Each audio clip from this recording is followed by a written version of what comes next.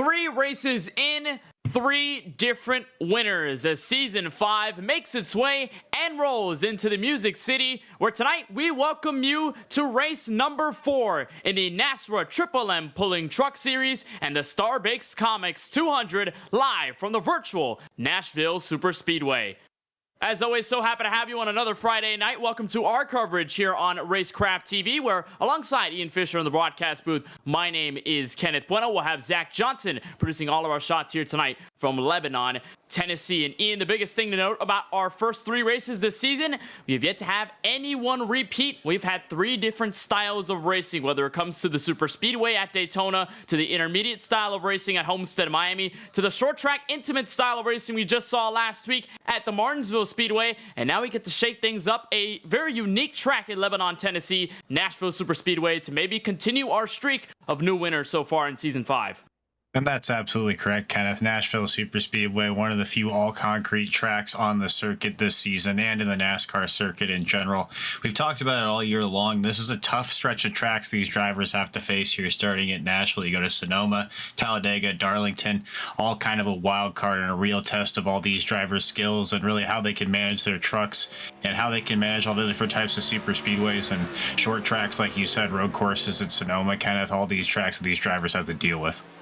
And so many tracks that we'll talk about over the course of this 2022 season. You're watching drivers right now putting their best 2 laps in the qualifying session, roughly 3 minutes until we get everybody on the grid for the green flag here tonight in our Starbase Comics 200. But Ian, let's talk a little bit about this Nashville Superspeedway, a very interesting venue, opened back in 2001. And if you can already see it on the front of your screen, there's one thing here that's very different from a lot of the other tracks we race on the calendar. That is a full concrete surface. Really, the only other track you see full concrete surface all around the venue is Dover Motor Speedway. They seem to be related with the people that do own them, but it's a 1.33 mile, 2.145 kilometer oval, and of course opened back in 2001. And there are years of 10 years in increments in about the opening, the closing in 2011, and then the revival in 2021. And this track has provided a lot of great challenges, and it's been great to have it back on the NASCAR Cup Series schedule and across the National Series, all 3 of them. It's great to have it on iRacing too for these truck drivers to enjoy.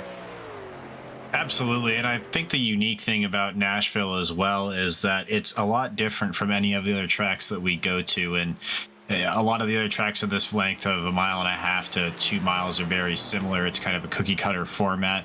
Nashville is the same basic layout if you look at it from a top-down view, but really the combination of the concrete surface and then the low banking here at Nashville make it a real challenge for these drivers. The one saving grace is this is late at night, or later in the evening, I should say. And also the cloud cover is going to help a lot with grip levels as well, Kenneth. It's definitely true. Usually we talk about concrete surfaces absorbing and basically retaining the heat and giving the tires and the drivers a hard time. But again, like you said, fortunately we are under the lights and we're under cooler skies here in Lebanon, Tennessee in Sim. So we will deal with some potential wheel spin on the later half of the runs, but it won't necessarily be as bad as, let's say, we were in the middle of the day. We would have easily been in the triple digits on the track temperatures as you continue to watch the drivers put in the qualifying times. And Ian, of course, our 3 races, 3 different winners last week. Ted Wade taking away the win. It would look to not be his race in the opening half, but then took it away in that second half, and it looked like he never looked back. Wade joining Chris Cinnamon and Joey Doucette as the other 2 that are officially locked in to these 2022 playoffs. And with this track being such an oddball in the middle between the short track and the normal intermediates we usually visit, it means that we do have an up-in-the-air opportunity for anyone to grab their first win and continue a streak of different winners, add more people to the playoffs, and of course make the fight for the title much more interesting once we get later into the season. Yep, and we continue our trend early in the season here at different races. We started at Daytona Super Speedway, and then we went to Homestead, Miami, another unique 1.5-mile track, Martinsville, the short track, and now we end up here at the 1.3-mile track of Nashville. So really an opportunity for any one of these drivers throughout the field to put on their best performance at maybe a specialty track for them. Maybe if you're a road course driver, you're able to catch one at Sonoma. Or maybe if you're a concrete specialist, like I know one of my favorite drivers growing up, Carl Edwards, always seemed to win on concrete. This could be your night, Kenneth. That's definitely true, and usually you think about tracks like these that are not necessarily large enough to be considered a full-on intermediate, but not short enough to be considered a full-on short track. It's sort of in the middle of that Darlington Raceway, which I believe we'll see later on in the season. That will be in the same category. Those tracks that are just so different from others, and they feel like a short track and an intermediate together. It's just the best of both worlds, and it certainly brings out the best of the entire field. They're looking overhead here at the Nashville Super Speedway, but we will take you trackside to give you your starting grid for the Starbase Comics 200 and see exactly where every single driver will line up here tonight from Nashville. It's Justin Lumpkin with a 30.084. He grabs the Pulse Poppers Pole Award into P1. He'll be the first one to see the green tonight. He'll have Tyler Dittmer on his outside in the 34 on that very first row. Brady LaBeouf, we saw some standout highlights out of him last week at Martinsville. We'll see if he can have a full complete race this time around for his first race win of Season 5. He's inside of row number 2. P3, he'll have the defending winner from last week at Martinsville, Ted Wade, off to a good start in this qualifying session as he rounds out your top 4. Teammate for Upfront Motorsports, Chris Cinnamon, will round out your top 5. He'll have the 78 of Keith Haney to his outside in P number 6, followed by row number 4, Michael McKinnon in the 13, Joey Doucette on his outside to double up in P8 in that 16 truck. Devin Painter in the 99, a solid qualifying effort with a 30.158. He'll be 9th, and on his outside to round out the top 10, Ian, will be the 29 of Keith Bradley. And making up row number 6, we have the 48 truck of Robert Richards and the 1 truck of Jason Morales. On row number 7 on the inside, 13, number 20 truck Joe Jose Luis Rivera, and the number 4 of Adam Norbert is in the 14th position. Dane Hagen in the 39 truck will roll off in 15th, and Jacob Klinkhart in the 16th. The 5 truck will roll off in 16th. Stephen Thomas in the 23 is in 17th, and Brian Abbott in the 82 is in 18th, making up row number 9. And then Jeffrey Sickles and Dana Shepard in row number 10 make up the top 20, Kenneth. We'll look to 21st on back as it stands. CJ Fondahl in the 53. He is 21st. Trey Pitts to his outside in 22nd. That's row number 11. Zach Hardwick deep in the field tonight from 23rd. And so is Taylor Peacock. Both of them a good amount of work to do here once we drop the green here from Nashville. That's the end of row number 12. Then Cody Knott in the 26 for Team Watson Racing. He rounds out your top 25. And the 19 of Christopher Blanchard. Took him a while to get his qualifying lap set, but he sets a lap good enough for 26. Lucas Whitehead will be 27th with Tony Smith to his outside in row number 14. And then the final ones in the top 30, Brandon Bullock in the 17, James Morris in the 47. And the rest of the field stands like this. Jonathan Munda in the 15, 31st, 32nd to Eric Zimmerman, Derek Kilgore, Adam Cantwell, 33rd, 34th. And then the final row of tonight's race, 35th, 36, Huck Wigington in the 00, and James Haney in the 55. Our full 36 truck field as the pace truck will bring them out of turn 4. We'll go one more extra lap before we go. Green flag racing, Ian, of course, with the fact that we do have a changing fuel capacity throughout each and every race. You are guaranteed to make our first 2 stages tonight. Lap 38, the conclusion of stage 1, stage 2 ending on lap 80, but then we go straight to lap 155 at a window of around 53 to 58 laps. So with our strategy and with this concrete surface, it may throw some curveballs at these guys with the way this track treats its drivers, especially if you treat it wrong, vice versa.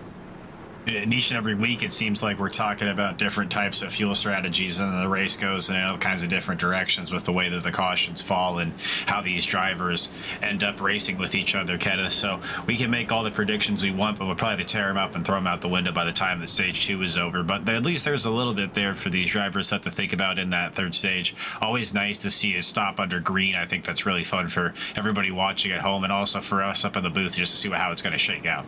Oh yeah, it's definitely fun, especially this entrance. You don't use the access road that some people would in 3 and 4. You just get out of turn 4, but it is a very difficult entrance out of the concrete banking onto that pit road entry. So hopefully we get to see some of that if we get green flag racing. Martinsville last week plagued by some of the cautions. We had some strategy mix-ups there, but for the most part, it just evened things out. We'll see if tonight is any different in that case. Pace truck makes its way down to the entrance of pit road. 87 of Justin Lumpkin, the first one to see the green. Tyler Dittmer to his outside. They'll enter the Geico restart zone. Green flag is in the air, and we're underway in race 4 of the NASRA Triple M Pulling Truck Series and the Starbase Comics 200.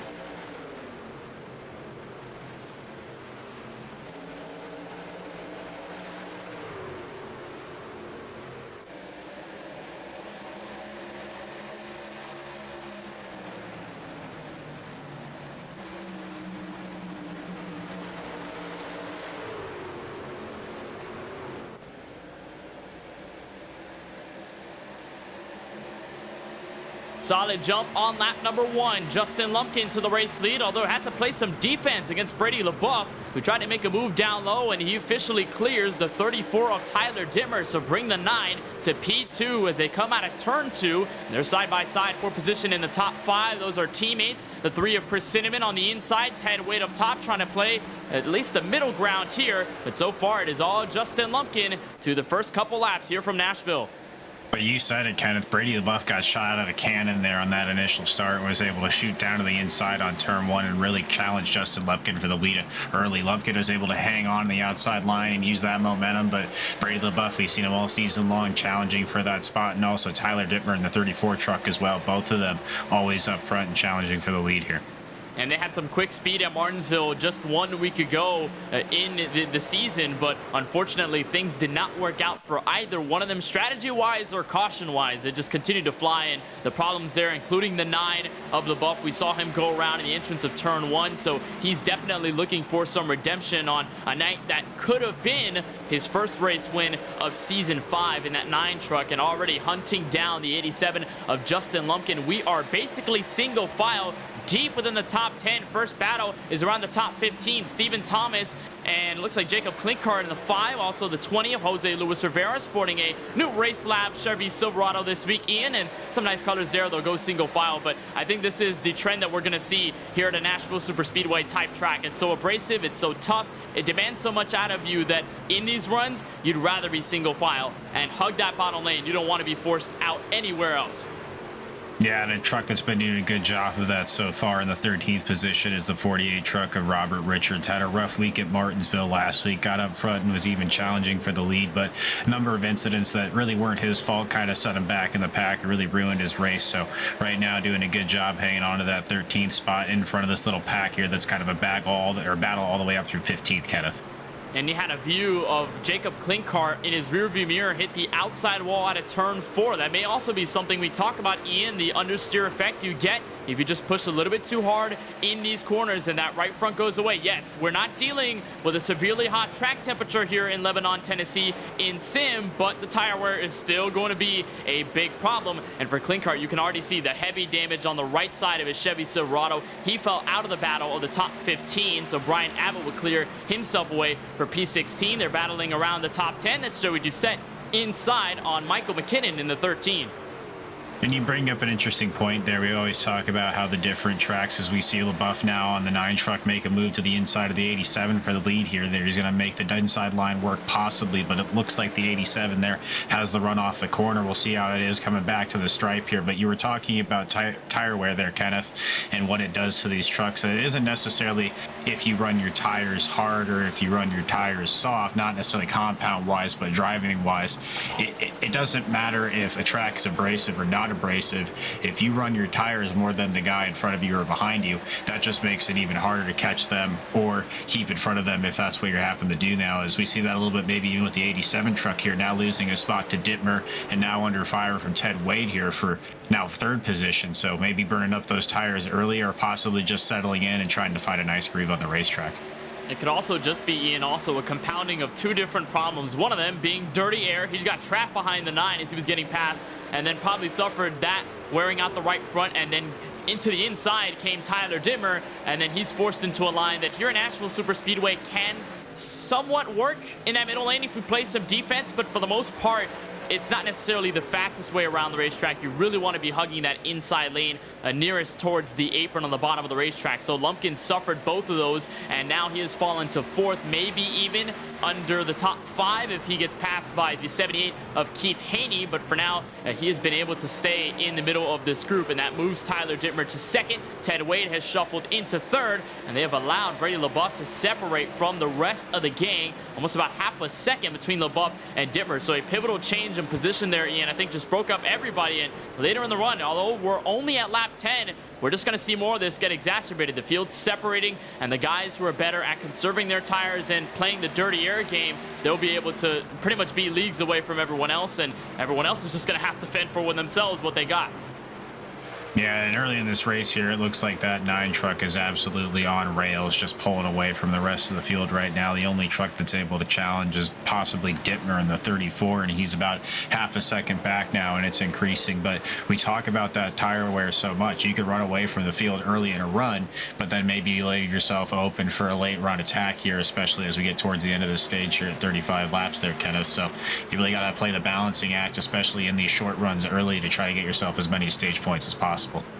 Yeah, stage points has been so crucial already through the first 3 or so races. And again, we talk about winning and locking yourself into the playoffs. We also got to think, if you get to stage wins and you get to the top 10 in either of the stages at lap 38 and lap 80 tonight, you are, of course, going to get points. If you win a stage, you're going to get a playoff point to your benefit. So all of that is basically building up to the bigger picture of making the playoffs. And mostly going to be important for those guys that, let's say we get to the end of the regular season and they don't have a win, they'll be better off having playoff points and points from stages rather than just staying out of the top 10 entirely and not getting any of those points, using them to their advantage. You continue to watch Brady LaBeouf push himself away from the field, so still about roughly half a second in front of the 34 Tyler Dittmer, although he hasn't really pulled away too much. Lap times comparative between the 9 and the 34. As of lap 13, basically everyone single file, and the top 5 have broken away. It seems as though they are the best trucks right now on field. But again, Ian, just turning back to your point, we're only on lap 14. We're not even halfway to our stage conclusion at lap 38. So safe to say, a lot of racing left, and we could see a change in pace throughout the run based on who has what and how their driving style caters to it. Yeah, and there's a little bit of strategy involved in there as well, too. I mean, I haven't seen it so far this season, but there is always the play where you pit before the stage break and try to get yourself out into an early position and try to get some track position that way. I haven't seen too many drivers and too many teams do it so far this year, but there's also balancing getting the stage points over the overall race win. And maybe if you're one of those drivers that's on that cut line in points for the positions in the playoffs, maybe you try to play that car, roll the dice a little bit, pit before the stage ends, and get yourself that track position to maybe try to run up front with these guys and put yourself in a position to get that all important win, Kenneth, and lock yourself into the playoffs early. And the win we've talked about being so important to lifting a lot of the weight on the shoulders. And we talked to Ted Wade when he picked up his first win at Martinsville, and he expressed how great it was to not have to worry about points racing, not have to worry about going in each and every race. Basically, like if it was paycheck to paycheck, thinking, all right, I need to do this race. I need to finish here in this race. I need to make sure I survive here and make sure I do this here, make sure I'm ahead of this guy here and my teammate there, and so on and so forth. Once you get that win, for the rest of the regular season, you're like, okay, bring on the playoffs. I have all these races to mentally prepare myself and feel basically how my speed is for the rest of the season against the competition. As you watch a nice fight here around P12, Robert Richards and Adam Newbert, the 48 and the 4 going at it back to turn 3. But that win is just so important on basically relieving all of the main pressures of a regular season getting put together by a driver, Ian. It's just so important to get a checkered flag in this playoff format and then just ride the rest of the season out.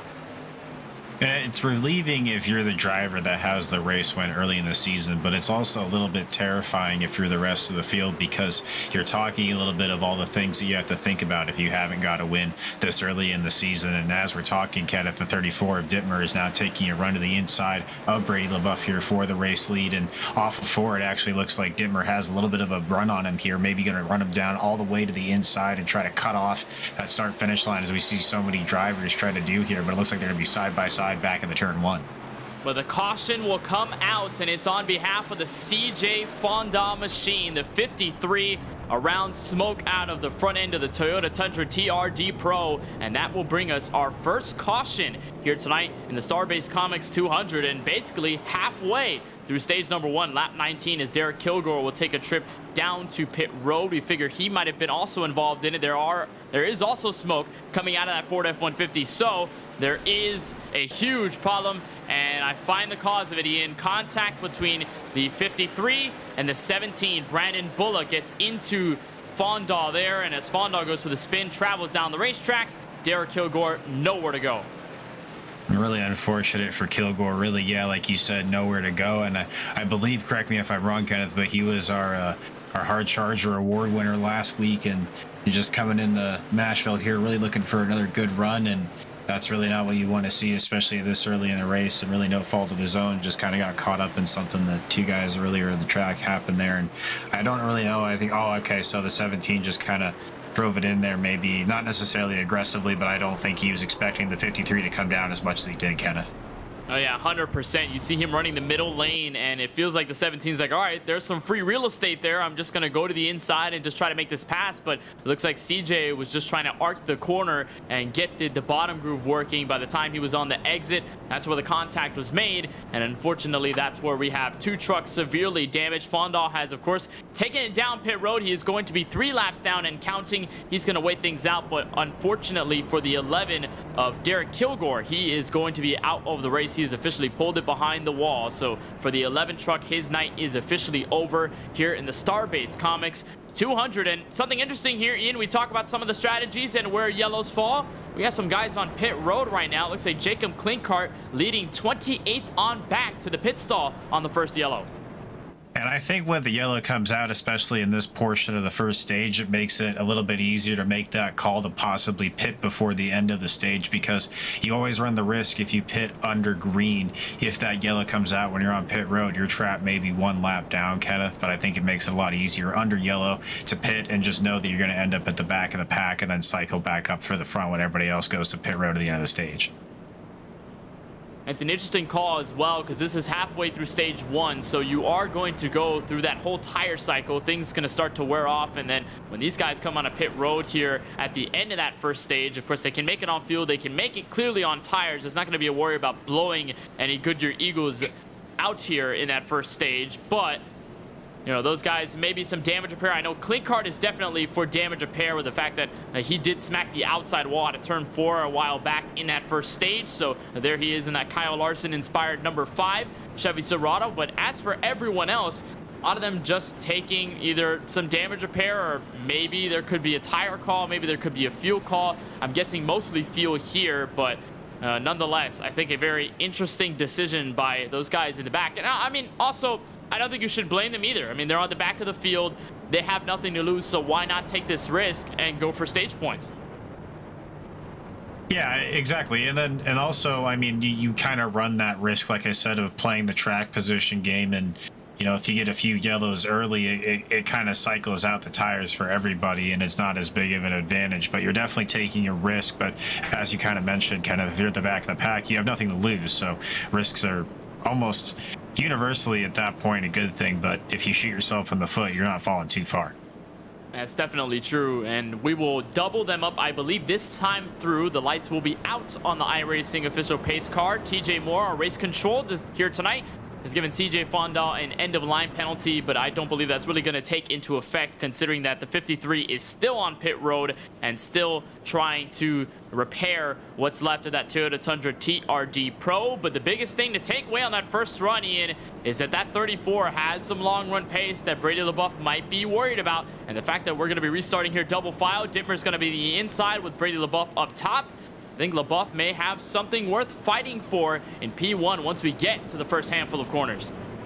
Yeah, and you had mentioned it too on our broadcast chat here, Kenneth, as we were coming to that first yellow, that Dittmer really had some speed there in that last stretch of laps. So I don't know if the yellow and the tires cooling back down is going to play in the Brady LaBeouf's favor, but definitely in the long run, as you mentioned, Tyler Dittmer does have the speed to catch Brady LaBeouf.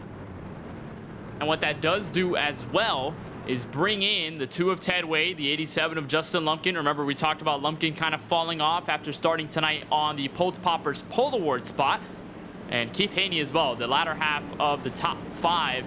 And Haney was basically the last truck in that group when they had separated themselves from Michael McKinnon, who was holding on to P6. Now everyone is back square together, so we'll see if there are any changes based on that. As we come out of turn 4, the pace truck will make its move down to pit road. We'll enter the Geico restart zone, and we will go back green flag racing with 14 laps to go in our first stage. Have confirmation that CJ Fondal has pulled it behind the garage. His night is officially over from Nashville Super Speedway. Brady LaBeouf and Tyler Dittmer, the 9 and the 34, into the restart zone to the green flag. LaBeouf with a huge jump to send the field back to turn 1. Yeah, really got a really great jump off the restart there and able to get out to a huge lead into turn one. Rest of the field battling second on back, but Dittmer able to get himself out into some clean wet air here and going to try to reel in the 9 again, Brady. Or, sorry, Kenneth. And here they come into turn 3. Joey Doucette fight with Michael McKinnon. This is for 6, so the highest we've seen Joey Doucette all night after starting in P8. A nice recovery there, a nice move up through the field. In the opening 24, McKinnon strikes the outside wall and tagged Keith Bradley there in the 29. It'll give Bradley some trouble there on the right side of his Chevy Silverado, but they will stay straight. That was a huge brown pants moment for everyone behind them, Ian, as they were going side by side. Yeah, really good job there by the 29 truck to really hang on to it. You saw him go all the way down to the grass, but able to keep the truck underneath him, and we stay green. Nice recovery there by Bradley to stay straight.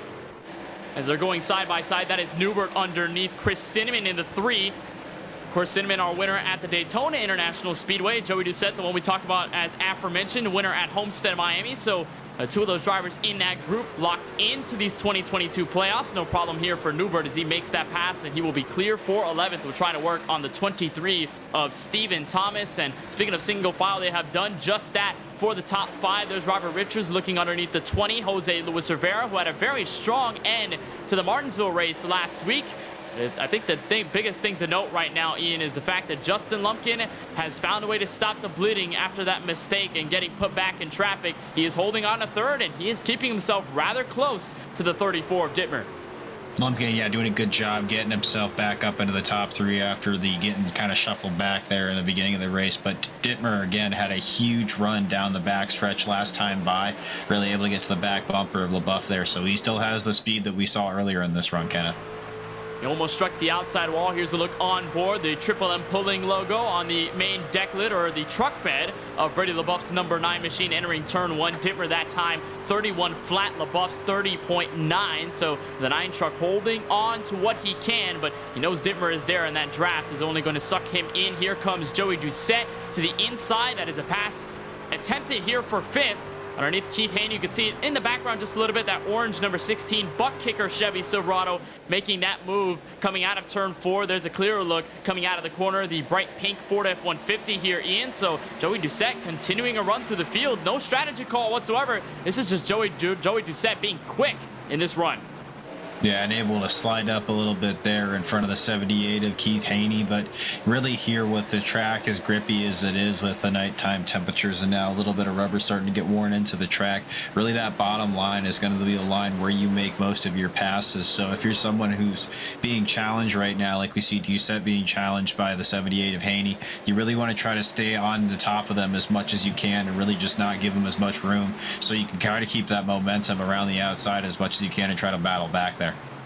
But also the thing is, you see what Doucette is doing. He's pinching Haney down on the corner. We had that topic of conversation at Martinsville last week where those corners are very tight. Of course, they're very slow, but to get the run out of the corners, if you're on that outside, you have to force that driver down to their limit. And for Doucette, it's going to work to keep himself ahead of that 78. So move Doucette in at 5th, and they will bring in the 13 of Michael McKinnon as they were going side by side for about a lap or so. McKinnon got brought back into this thing, so he'll try to make a pass here maybe sooner than later on this 78 and make a trek through the front of the field, much like the 16 of Joey Doucette is doing right now. Also, one thing though you do have to notice if you're running that inside is that there is no safety if you get a little bit further under that 14 degrees of banking. The apron here in Nashville is categorized as very dangerous when it comes down to killing your momentum 100%. We have the same topic at Dover. It's the same problem where if you just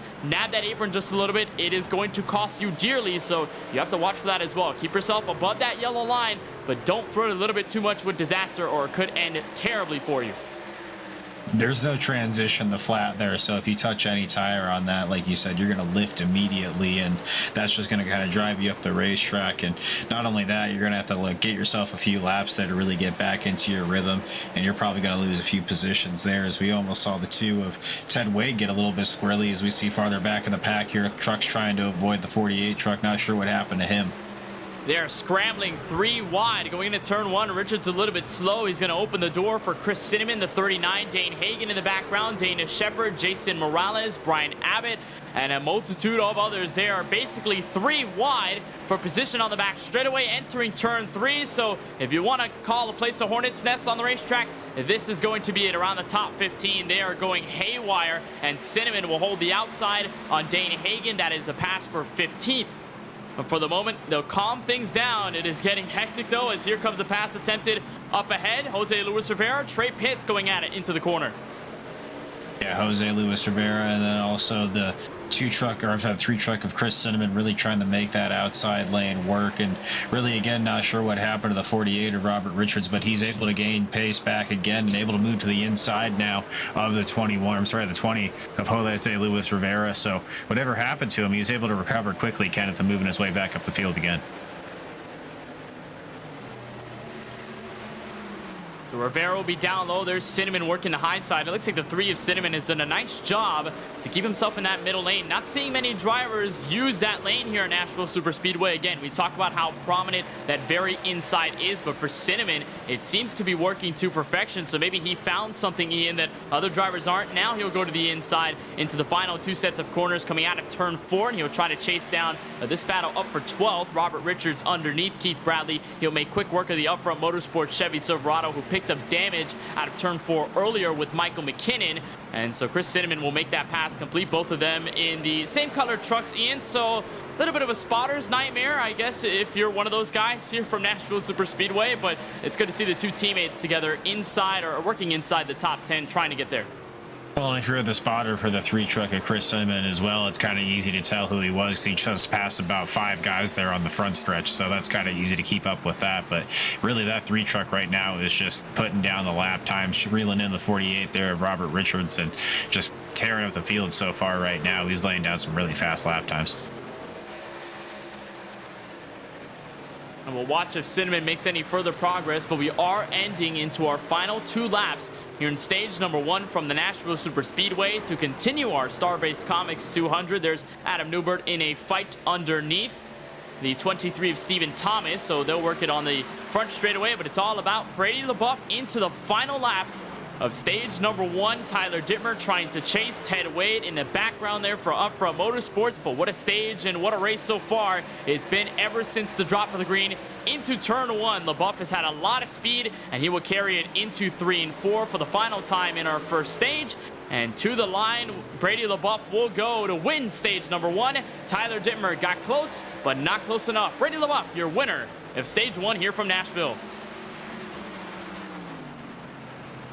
And just a dominating drive from that 9 truck of Brady LaBeouf so far in this race. The only truck that was able to give him any kind of competition was that 34 truck of Tyler Dittmer that we mentioned so many times. But Dittmer there in that last stretch of laps is running about a 10th slower than Brady LaBeouf. So whatever speed that Tyler Dittmer has found, either lost it or Brady LaBeouf has found more speed around this 1 1/3 Nashville Superspeedway there, Kenneth.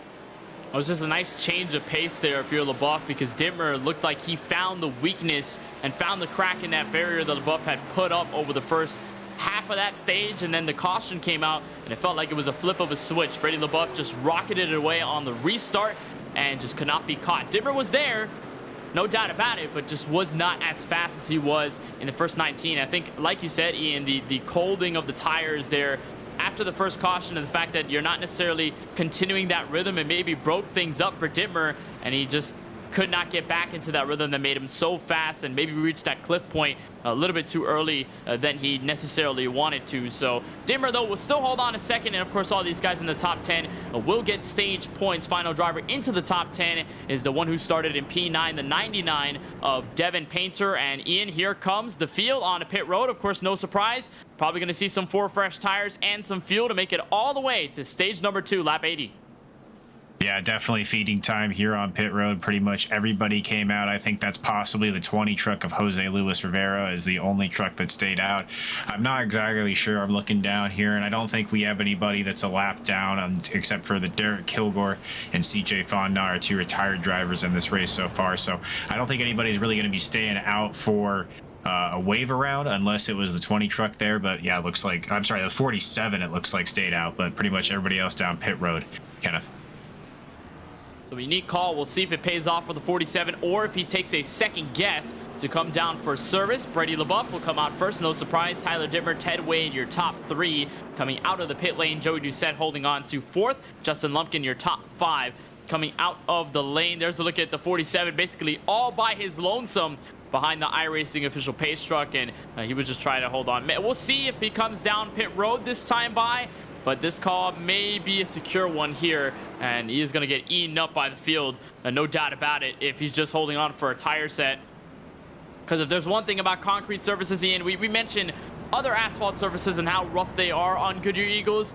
This surface, concrete, is basically the same, if not much worse on the tires. So wheel spin on restarts are a thing here, and they are very treacherous. You have to make sure those tires are just as comfortable as they can be. You don't want to overstretch them a little bit too much, because this track would definitely give you a negative side effect to it all.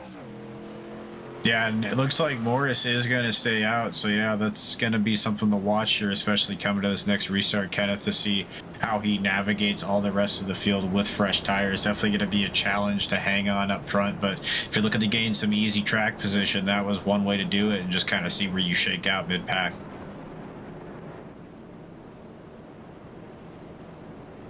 So we'll stay under caution here. Next time by, we will get the 1 to green signal from the pace truck. So we'll go green, I believe, around lap number 44. So that gives us roughly 36 laps until the end of stage number 2, which of course will come at lap 80. We've already discussed ad nauseum that stage 1 and stage 2 aren't necessarily the risky parts when it comes down to strategy, just because you can make it on field to the end. Tires are a question mark, but for the most part, the whole field comes down in consensus. So there's not necessarily a huge split in the field unless you're talking about some certain tracks. It's going to be that last stage that moves to 155 laps to the end of our Starbase Comics 200. That will be the biggest topic of conversation that we'll get to later on. So far, James D. Morris holds on to the NASRA 360 Hard Charger Award, but that is, of course, because he stayed out. But if you're looking for on-track moves, it'll be the 8th of Adam Cantwell you're looking for in contention for that Hard Charger Award. He started 34th, and he has moved up to P19 on the track. So a nice move up through the field in at a place that doesn't look like you can make a lot of moves at. Cantwell has been one of those guys.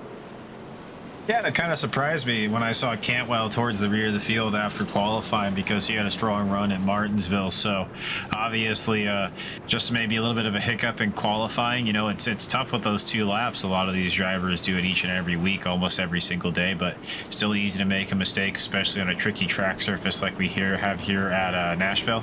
So Cantwell able to make his way up to the field pretty efficiently, but he's always been one to watch out for and to be up front all night long. And I think he's just trying to move his way back up there as fast as he can, Kenneth.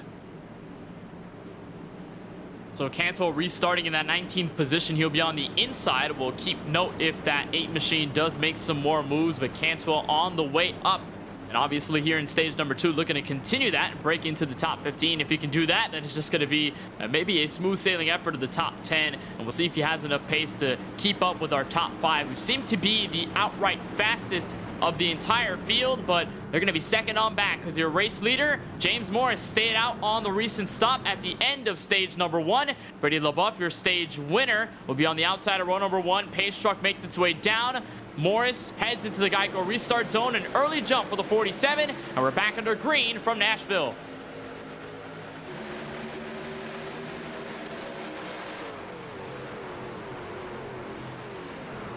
Dittmer down low underneath Brady LaBeouf for second. That restart, Ian, definitely helped the 34, and the fresh tires are starting to come in. Inside for the race lead goes the 34 into turn 3.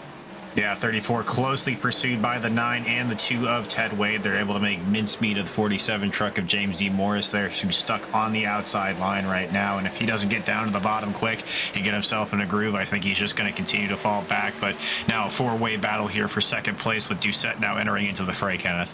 You just saw Brady LaBeouf on that last lap got way loose out of turn 4 and had to revert the truck up the track. So that opened it for Ted Wade to go down to the inside, and maybe even then some for Joey Doucette. Although that's going to be mitigated here. LaBeouf is going to be able to hold on to that 3rd spot. Morris, you see him on the very outside, basically holding on for dear life. The entire field working their way by. Nothing that the 47 could do, but that was the restart of a lifetime for Tyler Dittmer, up to half a second over Ted Wade in P2. Yeah, and he really did try. James Morris there really did try on the restart, got a really good jump and tried to get down to the turn one as fast as you can, but we just see the advantage that 4 fresh Goodyear Eagle tires will do to these trucks, able to just drive away as the rest of the field from him right now. And in a way here in Nashville, we've seen it be rather tough to make some passes out on the racetrack. And you got to imagine here, Ian, that Dittmer just took the opportunity. That may be what this race is all about, opening up the opportunities and taking advantage of them when they open up for you. Dittmer saw the advantage there of Morris going early because he's on old tires, knowing that he's going to get destroyed by the field coming out of turn 2. And Dittmer saw that inside line and said, all right, I'm going to get the jump here on Brady LaBeouf. I'm going to move to the inside. That's my opportunity. And now I'm in clean air for the race lead. Well, these split-second decisions really do make up a race. You mentioned there, Dittmer makes the move to the inside, able to grab the race lead, now has clean air on his truck, and we see LaBeouf now here was even passed by Ted Wade in the 2 truck there. So it seems like clean air is really key here at Nashville, like it is at a majority of racetracks, but definitely a move there by Dittmer to get himself out in front of this field and just try to chip away at these laps here. And we'll see also as well how Brady LaBeouf handles the situation, because him being up front for so long, he's accustomed to the clean air. But not only is he behind the 34 for the race lead, he's in 3rd behind Ted Wade. So there's an extra truck he has to make a move on before he can plan an attack and build a blueprint on what he has to do to get around that bright teal and purple and white Chevy Silverado in the 34 of Dittmer up front. Ted Wade basically being the buffer in all of this, helping Tyler Dittmer in a way from keeping Brady LaBeouf from doing anything. But I think that was a very tough situation if you're the 9 of LaBeouf, because getting loose out of turn 4, I think that was definitely the mistake of the run so far. And although he is still in 3rd as he cross the line for 30 laps to go left in stage number 2, it's going to set him up for an entirely different approach to maybe what he was looking forward to at the end of winning stage 1.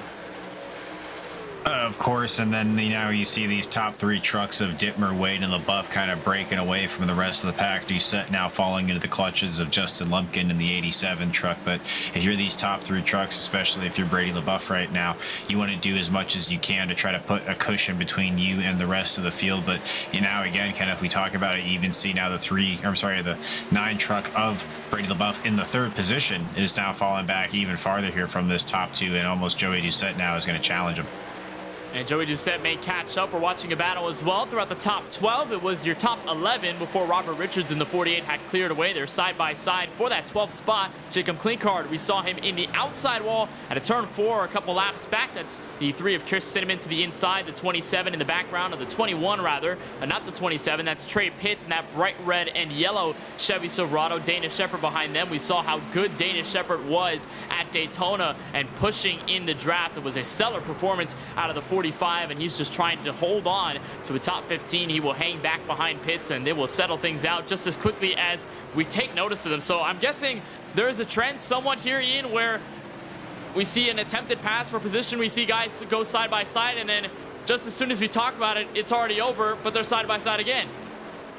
Yeah, and all this side-by-side action, we're seeing kind of strings out the field a little bit, and then contractions. It's almost like an accordion effect where we see a little bit of a battle here between the 3 of Cinnamon and the 5 truck there of Klinkard there. It looks like the 3 of Cinnamon got a little bit loose, but it really kind of gives an ebb and flow to the rest of this pack where you have little groups now starting to form based on who's racing and who's running single file. And it's going to alter the approach in the strategy for stage number 3, of course.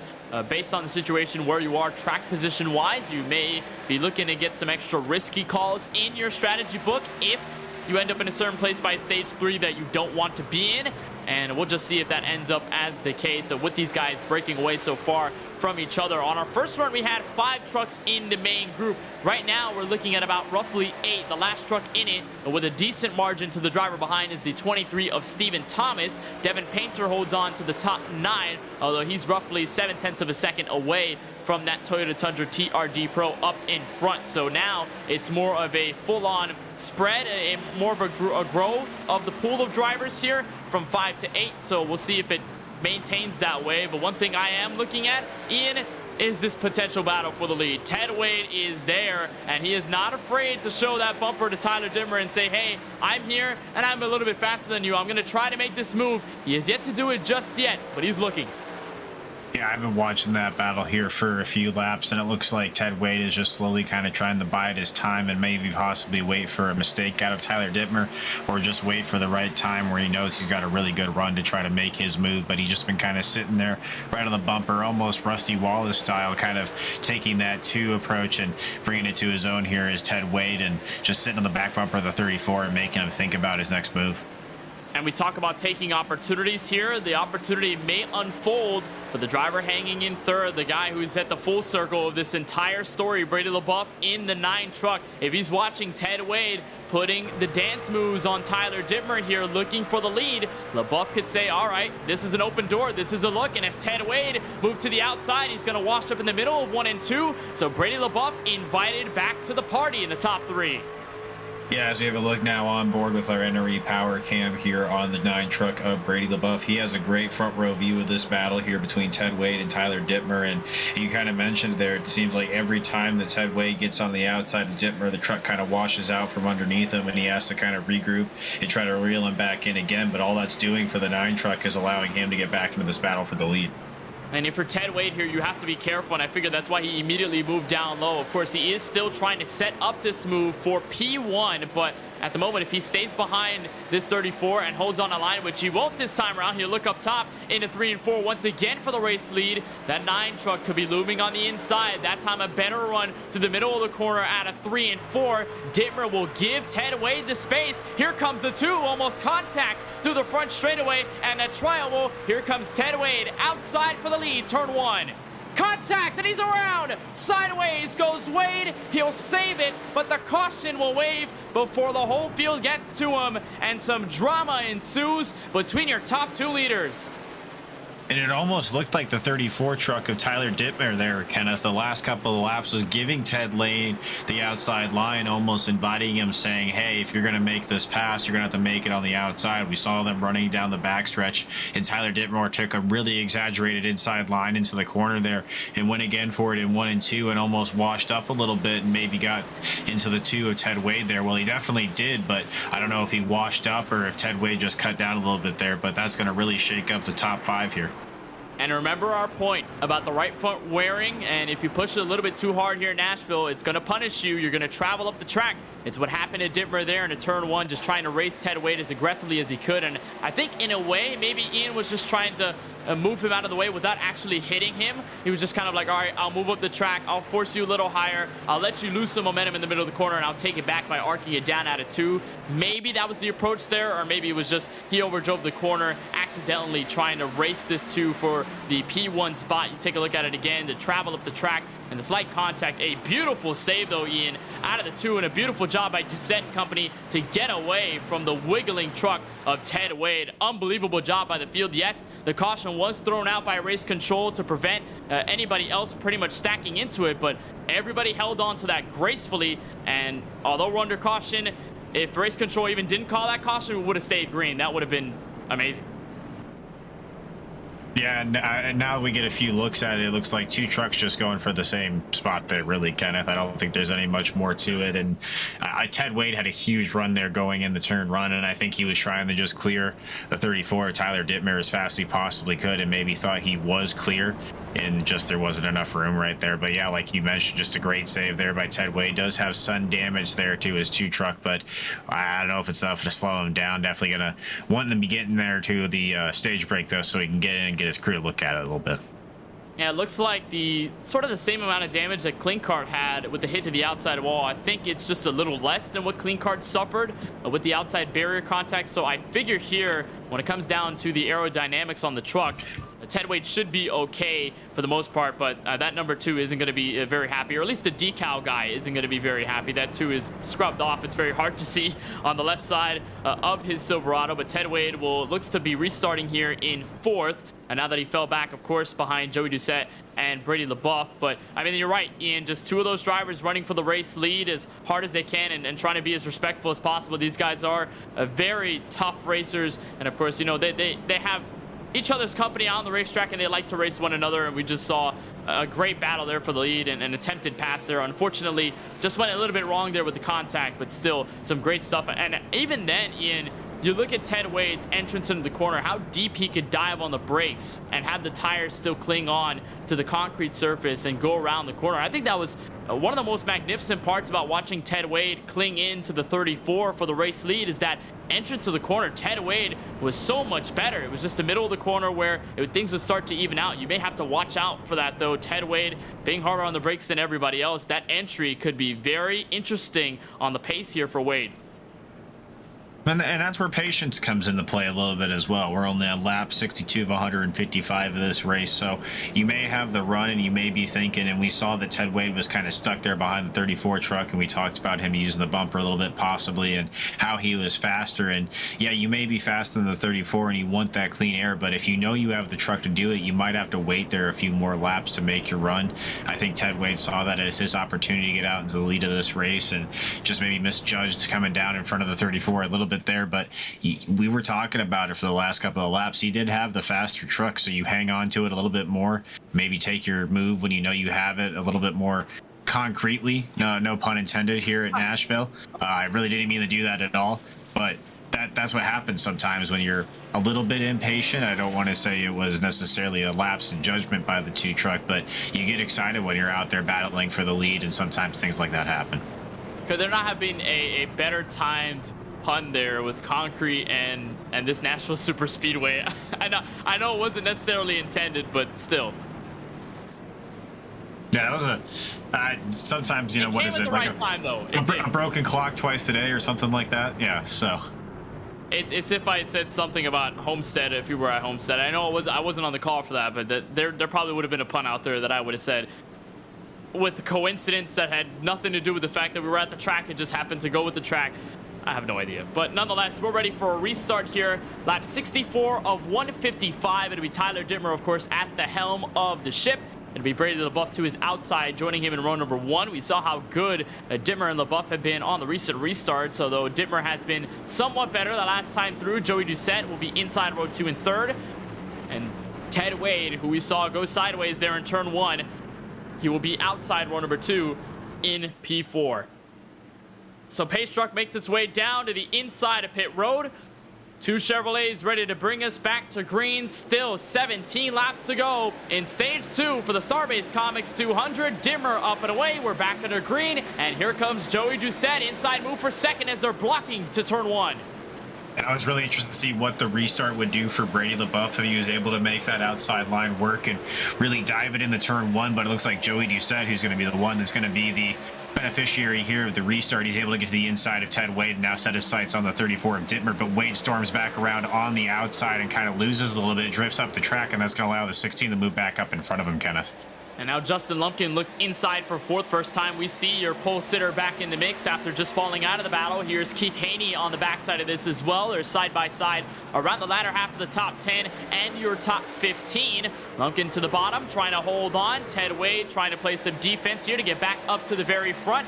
And a nice exit out of turn 2 for Lumpkin will be good enough, but I think Ted Wade just had a better exit that time by up top. Will clear on the outside lane. They will go single file, and Lumpkin will have to look for a crossover here on behalf of the 78. They were blocking pretty aggressively down there, Ian, in the midfield going to turn 1, so track position mattering here in the final 15 laps of stage 2 as Keith Haney goes to the inside for 5th. And the 78 truck, too, was really pinned down there. I'm sorry, not the 78. The 87 of Lumpkin was pinned down on the bottom, wasn't able to move all the way back up the racetrack. And you saw that was going to be able to allow the 78 now to make a move towards the inside of him. But that's also able to the rest of the field. The 13, the 23, and the 48 now are all in this little pack of 5 trucks here around the 5th position and all battling hard for positions here coming to the stage end. And a lot of these guys, especially 8th on through 10th, started 11th or worse. Stephen Thomas being the worst out of the bunch, starting 17th on the racetrack in Q. And he's made a nice move up through the field. Same deal for Robert Richards, who started 11th, 14th on the starting spot for the 4 of Adam Newbert, who's now up to the top 10. As here's a crossover move underneath. There's Newbert underneath the 48. On the backside of this, you can see it on the rear part of the screen, and they'll almost make contact coming out of turn 4. That's Chris Cinnamon in the 3, hanging out behind, just waiting for everything to calm down before he can officially make his move. And now here's maybe an attempted pass down low, or at least there was almost there for Wade on the buff. As you take a look back up to the front of the field, Joey Doucette holding on for 2nd, but Brady LaBeouf not too far behind. No, he is not, and that 9 truck is really starting to hook up now. I'm looking at the lap times in the last time around that Brady LaBeouf had about a 10th second quicker lap than Joey Doucette there, so able to wheel in the 16 truck here and trying to just get as many stage points as he possibly can, because even though LaBeouf hasn't seen victory lane this season, Kenneth, he's been up front in the top 5 of most of our races and really getting as much points as he can without getting a win so far. So you got to think his time is coming, but really a good run to start this season and get as many points as he can heading into the playoffs.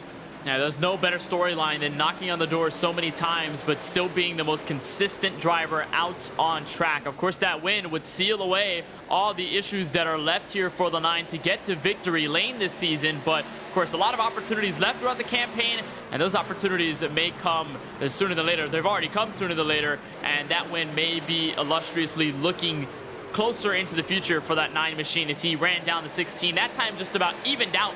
31-1 on behalf of LaBeouf last lap by Joey Doucette. 31, flatten out the fastest out of your top 5. That goes to the 5th place truck in Keith Haney in the 78. So maybe some speed out of that as they'll go side by side for P number 6. That's Michael McKinnon, who has been as high as P6 all race long, looking underneath your pole sitter. Yeah, and all that battling second on back has really allowed the 34 truck of Tyler Dittmer out in the front of our pack to kind of open up a little bit of a gap. Now has about a half-second gap on Doucette, LaBeouf, Wade, and Haney, the rest of your top 5. But you really mentioned McKinnon there, able to just quietly chip his way away at a lot of these positions, finds himself in 6th place now. Really good run for him so far. Yeah, it looks like just a great top 10 effort building up for that 13 to McKinnon, who started 7th. And right now, he is currently in P6. And again, like I mentioned, that's the highest it looks like he's been all race long. So for that 13, it certainly has been a consistent effort. That's basically what you want, though, at the beginning of the season if you can't get a win. And like I talked about with Brady LaBeouf, the consistency is going to matter. So that 13, putting up these finishes, it is going to be a factor later on in this year. Let's say if he can't get a win, and let's say if he is pitted up against some of the other drivers along the field for the entrance into the playoffs. A bit of a poor exit there out of turn 4 for Lumpkin, so inviting more drivers to make some more passes. Robert Richards, Adam Newbert taking a 2-for-1 at least, and Richards is going to slide in the entrance of turn 1. Maybe some contact and some help from Newbert. It'll bring Lumpkin back in it, so a sigh of relief on behalf of the 87, but that was dangerous there into turn 1. Yeah, now Cinnamon's going to look on the outside. He's going to follow the 48 on the outside line. But I think if anybody here is looking forward to 4 fresh Goodyear tires at our next pit stop, I think it's going to be the 87 truck of Justin Lumpkin there. Kind of, he's having a real tough time right now, finding a groove that really works for him, and you see him falling farther and farther back in the field. And you definitely want to make those adjustments, and you're going to hope that the tires and everything else is going to help as Chris Cinnamon tried lurking to the inside and found no space, backed out of it, wiggled the truck a couple of times, once, twice, maybe 3 times, and he is caught up in a huge fight, 3 wide almost, going into turn 3. That's Devin Painter in the front of this, Jacob Klinkart against Keith Bradley, so that's one of Cinnamon's upfront motorsports teammates who has yet to go on to victory lane this season. And they're going to go side by side again. That is just outside your top 10. P12 on the racetrack. They're again going to make contact. Klinkart doing as best as he can to prevent the 29 of getting any sort of spots, but it's not going to work. And here comes Trey Pitts up top at lap 75. Yeah, Cinnamon tried to make that dive down to the inside of Lumpkin there, and when he washed up, he tried to stay on the inside line. I think he didn't realize that the 99 truck of Devin Painter was there and washed even farther up the racetrack and really fell back. Now he's in the little gaggle of 5 trucks here battling for about 13th position, but Trey Pitts able to be the beneficiary of everything so far and move himself to the front of this little group. But yeah, that was kind of a hairy moment there for that pack, 15th on back there. And in that search for the inside line, we also do have to mention that last week at Martinsville, we did have a certain track state percentage before we went green from the paperclip over there 1 week ago. Tonight, we started with 0% on the track state. So basically, no rubber was laid down until the first handful of laps in qualifying. So basically, that has also changed the way the lines have been played. That inside line everybody's searching for, that was the detriment there for the 3 of Cinnamon as he tried to look down low. And he's going to aim to pick these spots back up. He's going against Brian Abbott this time, the 82 truck, who is wound it up into the top 15 after starting 18th tonight. So a nice pickup so far. A couple of spots there on behalf of the 82. He will try to continue that as they will go side by side up in front of Jacob Klinkart, Keith Bradley, on the outside of Trey Pitts. So Trey Pitts will look to the bottom and will try to get away from this entire mess. It's basically all you want. They're almost about 3 wide around Chris Cinnamon. But we will turn our attention back to the front of the field where Ian, it's a Tyler Dittmer show at the front. 0.8 of a second and growing ahead of Joey Doucette. It looks like ever since Dittmer got in the clean air, he's been bye-bye the rest of the field, and he's been dominating stage 2. Yeah, that 34 truck is really just checked out from the rest of the field, and it's almost like he's out here just on a practice run, just trying to figure out what works well. And you're starting to see it back to the rest of the field too. You kind of mentioned that the track wasn't having any rubber on it, but now that it's starting to get a little bit of rubber, we're starting to see 2, sometimes even 3 wide racing, and not just the bottom line being the dominant line, but able to make passes around the outside of the racetrack. But right now, none of that matters to our leader, Tyler Dittmer. He's just up here on Easy Street, just ticking away these laps for the next stage break. He is sailing into the sunset, or at least the nightfall, now that the sunset is gone here from Nashville Super Speedway. He will cross the line for 76 laps to go from Lebanon, Tennessee, but it'll be the white flag in stage number 2. Joey Doucette has done a nice job holding on to second. Brady LaBeouf has not been able to make a response after getting passed by that 16, so he'll be third. Keith Haney has been setting some of the fastest laps in the top 5 as of late, so keep an eye on that 78, how good he's been specifically over the long run. He stayed ahead of Ted Wade in the 2, who currently racks up the top 5. But for Tyler Dittmer, he is in his own game for the moment out of turn 4. It is a clear look at the start-finish line, and Barney, the flag man, he will see the caution wave by race control. Tyler Dittmer wins stage 2 in the Starbase Comics 200.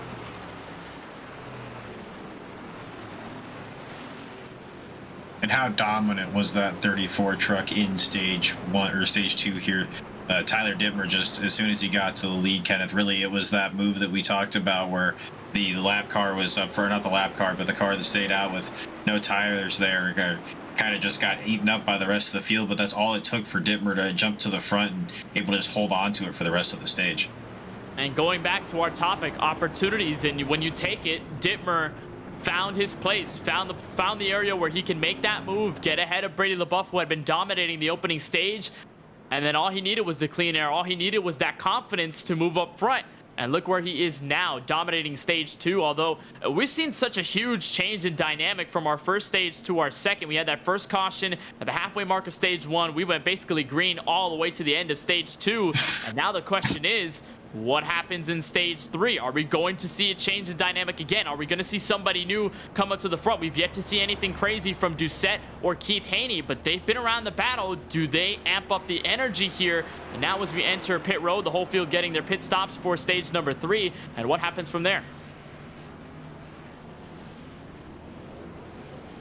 And it was just watching down pit road there, Kenneth. I was kind of curious to see. We have no drivers right now that are a lap down that isn't in the garage at this time. So I was curious to see if anybody would possibly take 2 tires or even stay out here. It looks like I had 1 truck stay out and kind of put yourself in a position where maybe you make your last stop before tires stop and then try to go from there. But it doesn't look like anybody was going to take that 2-tire strategy, at least on this stop. Yeah, nobody taking 2 tires at the moment. Looks like 4 tires is the safest call. You'd rather be safe than sorry here on our what's going to be our longest run to the end of this race. Huck Wigington is going to join James Morris as the 2 drivers who have stayed out on the oldest set of tires. And this time as they come around through the pit lane, it will not be a second-guess decision here on Wigington. So it's going to make things interesting here, and Wigington, we'll see if he survives. Again, James Morris did not really have a good time through the field, knowing that he was the only guy on old tires to stay out. Wigington may suffer the same fate here, and he's got some damage on the left front, so that might also not help as well. What this is going to do, though, Ian, is potentially open things up for that driver inside row 2. It worked for Dittmer beautifully. Can it work for Joey Doucette in the 16, who will look to be inside row number 2 when we go back green?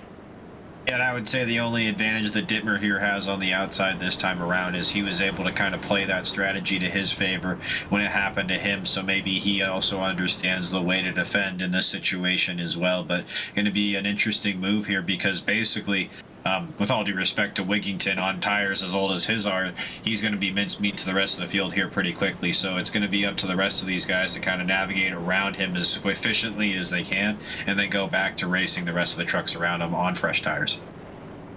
It seems as though that's been the biggest difference, don't you think, Ian? The fact that these cars, or these trucks rather, who are staying out are playing such a big role in who goes where and how track position fares on the restart. It seems like once that old tire truck gets in the way and becomes a factor in the whole spring of things, everybody finds the lanes, everybody finds a door, everybody finds a way to get around. Morris didn't necessarily do that in the mid pack. It was mostly up at the front, but it could be the thing for Wigington if an outside move happens, or if they just split them 3 wide, maybe even 4 wide. There's guys in the mid pack who have been aggressively going at it with each other for a while for position, that they see that old tire truck and they say, hey, that's my opportunity. Use them as a pick, get around.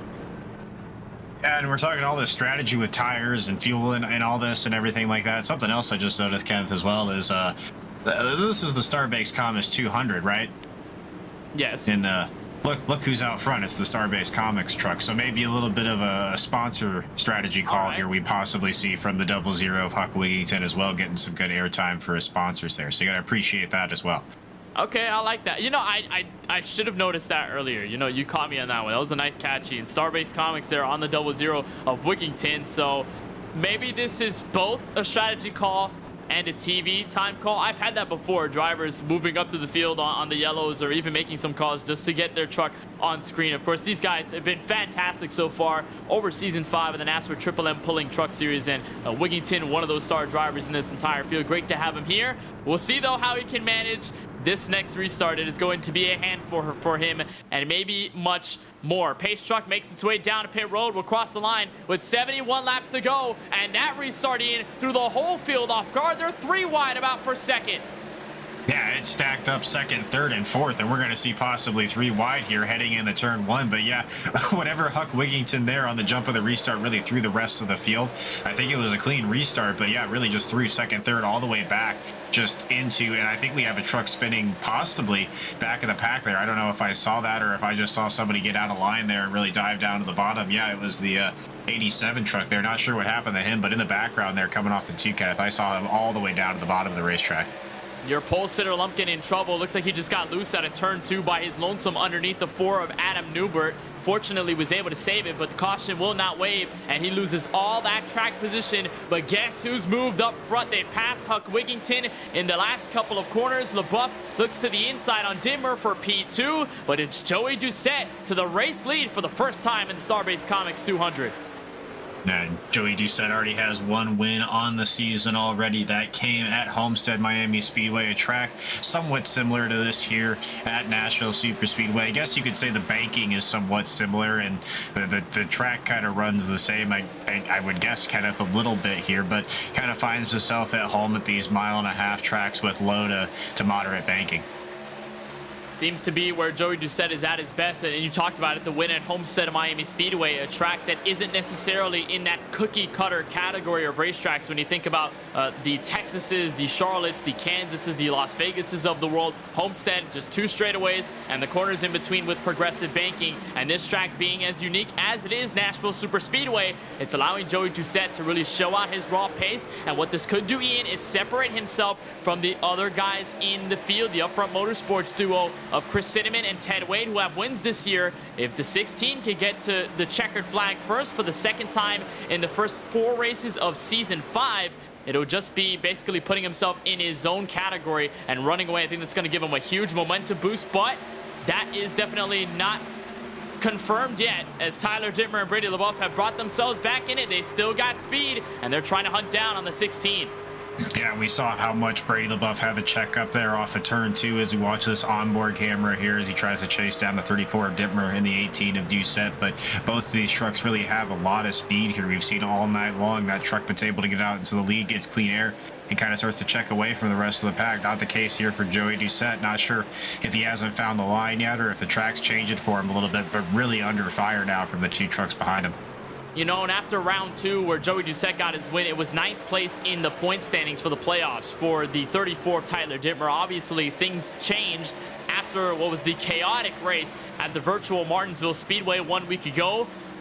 But Dittmer has been in the conversation ever since Daytona and even Homestead Miami. And here he is, with a potential chance to get around the 16 of Doucette. His last attempt failed. LeBuff tried to go to the inside, and now it's an outside charge, just stepping into the clean air, much like Ted Wade did on the 34. So maybe learning just a little bit. A nice exit out of turn 2, and here comes Dittmer to the outside for the lead once again. Yeah, and you saw Dittmer there. He almost kind of diamonded the corner there in 1 and 2. Kenneth was able to get a really drive off down the backstretch there and able to try to sneak his nose on the outside of the 16 there, but almost kind of checked up from the 9 going on the inside of him, and that was able to help the 16 stay out in the lead here, but it's still a 3-way battle heading back into turn 1. And it looked like out of turn 4 as well, Ian, the 34 hit the bump in the middle of the last 2 corners, and that bump can really send you up the track. It looked like it was going to hurt Dittmer's chances of contending still against the 16, but in fact, it kept him there. Coming to the front straightaway, and he is still there. LeBuff going to make it a 3-horse fight. He'll feel the space on the inside of the racetrack, so now he'll work against Tyler Dittmer. And here's the magic of going side by side. Ian, here comes everybody else, 4th on back. Yeah, and you mentioned the last time around that Dittmer got those bumps and it sent him up the racetrack. It sent him up the racetrack again, but he was able to handle it a lot better that time around and able to drive off the corner. But here, now we have almost a 4, making even a 5-way battle for the lead with Ted Wade, and we're 3 wide heading into turn 3 here. Haney going to try to take the inside line, but LeBuff on the middle able to make it work and kind of squeeze out in front of the 34. The 34 is going to have to check up here. And even with all this happening behind him, Joey Doucette is still not able to check out from the rest of the trucks, so now we see the 78 of Haney trying to make a move for the front. Kenneth, we haven't seen that too much this tonight.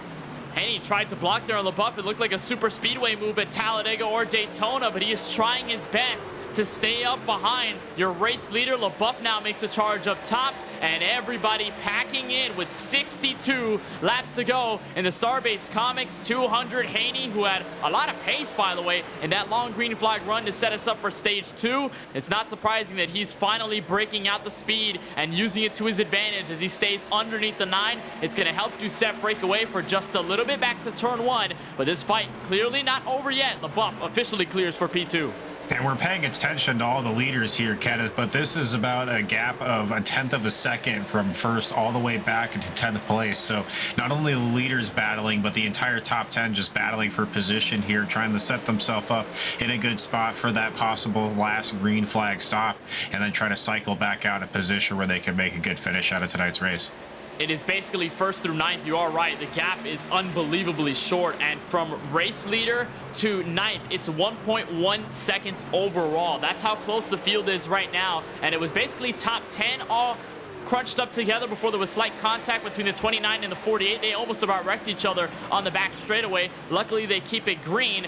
But how close this field is just based off that one little move by Brady LeBuff and Tyler Dittmer to go for the race lead on Joey Doucette. It just changed the whole magnitude of this race, and now here comes Adam Newbert, who, by the way, started all the way back in 14th, and he's up to P6.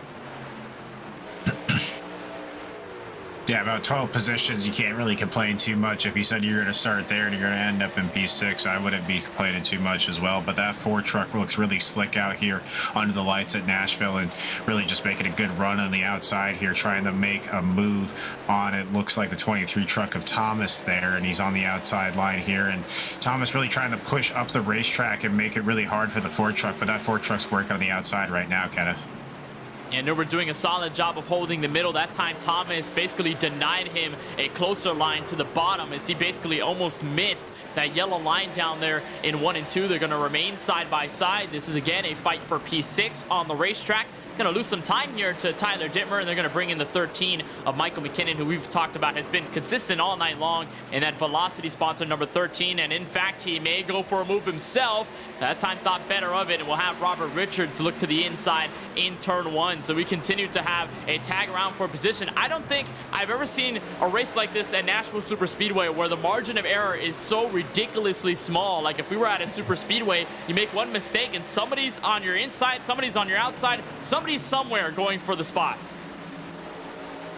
And it seems like at the beginning of every stage, we've seen this kind of shuffle towards the beginning of the pack as well. You saw at the beginning of stage number 2 that that's when Brady LeBuff was stumbled a little bit, and Tyler Dittmer was able to drive away from the rest of the field. And now in stage 3, we saw Dittmer there was the unfortunate sufferer of the consequences of that little fray there we saw towards the beginning of the stage, finds himself in the 5th spot now. So really, if you're the leader at the beginning of these stages, it's almost like, watch out. It's almost like you mentioned, we're the last lap of Daytona. It's almost that dangerous to be the leader here on the first lap of a stage tonight, it seems.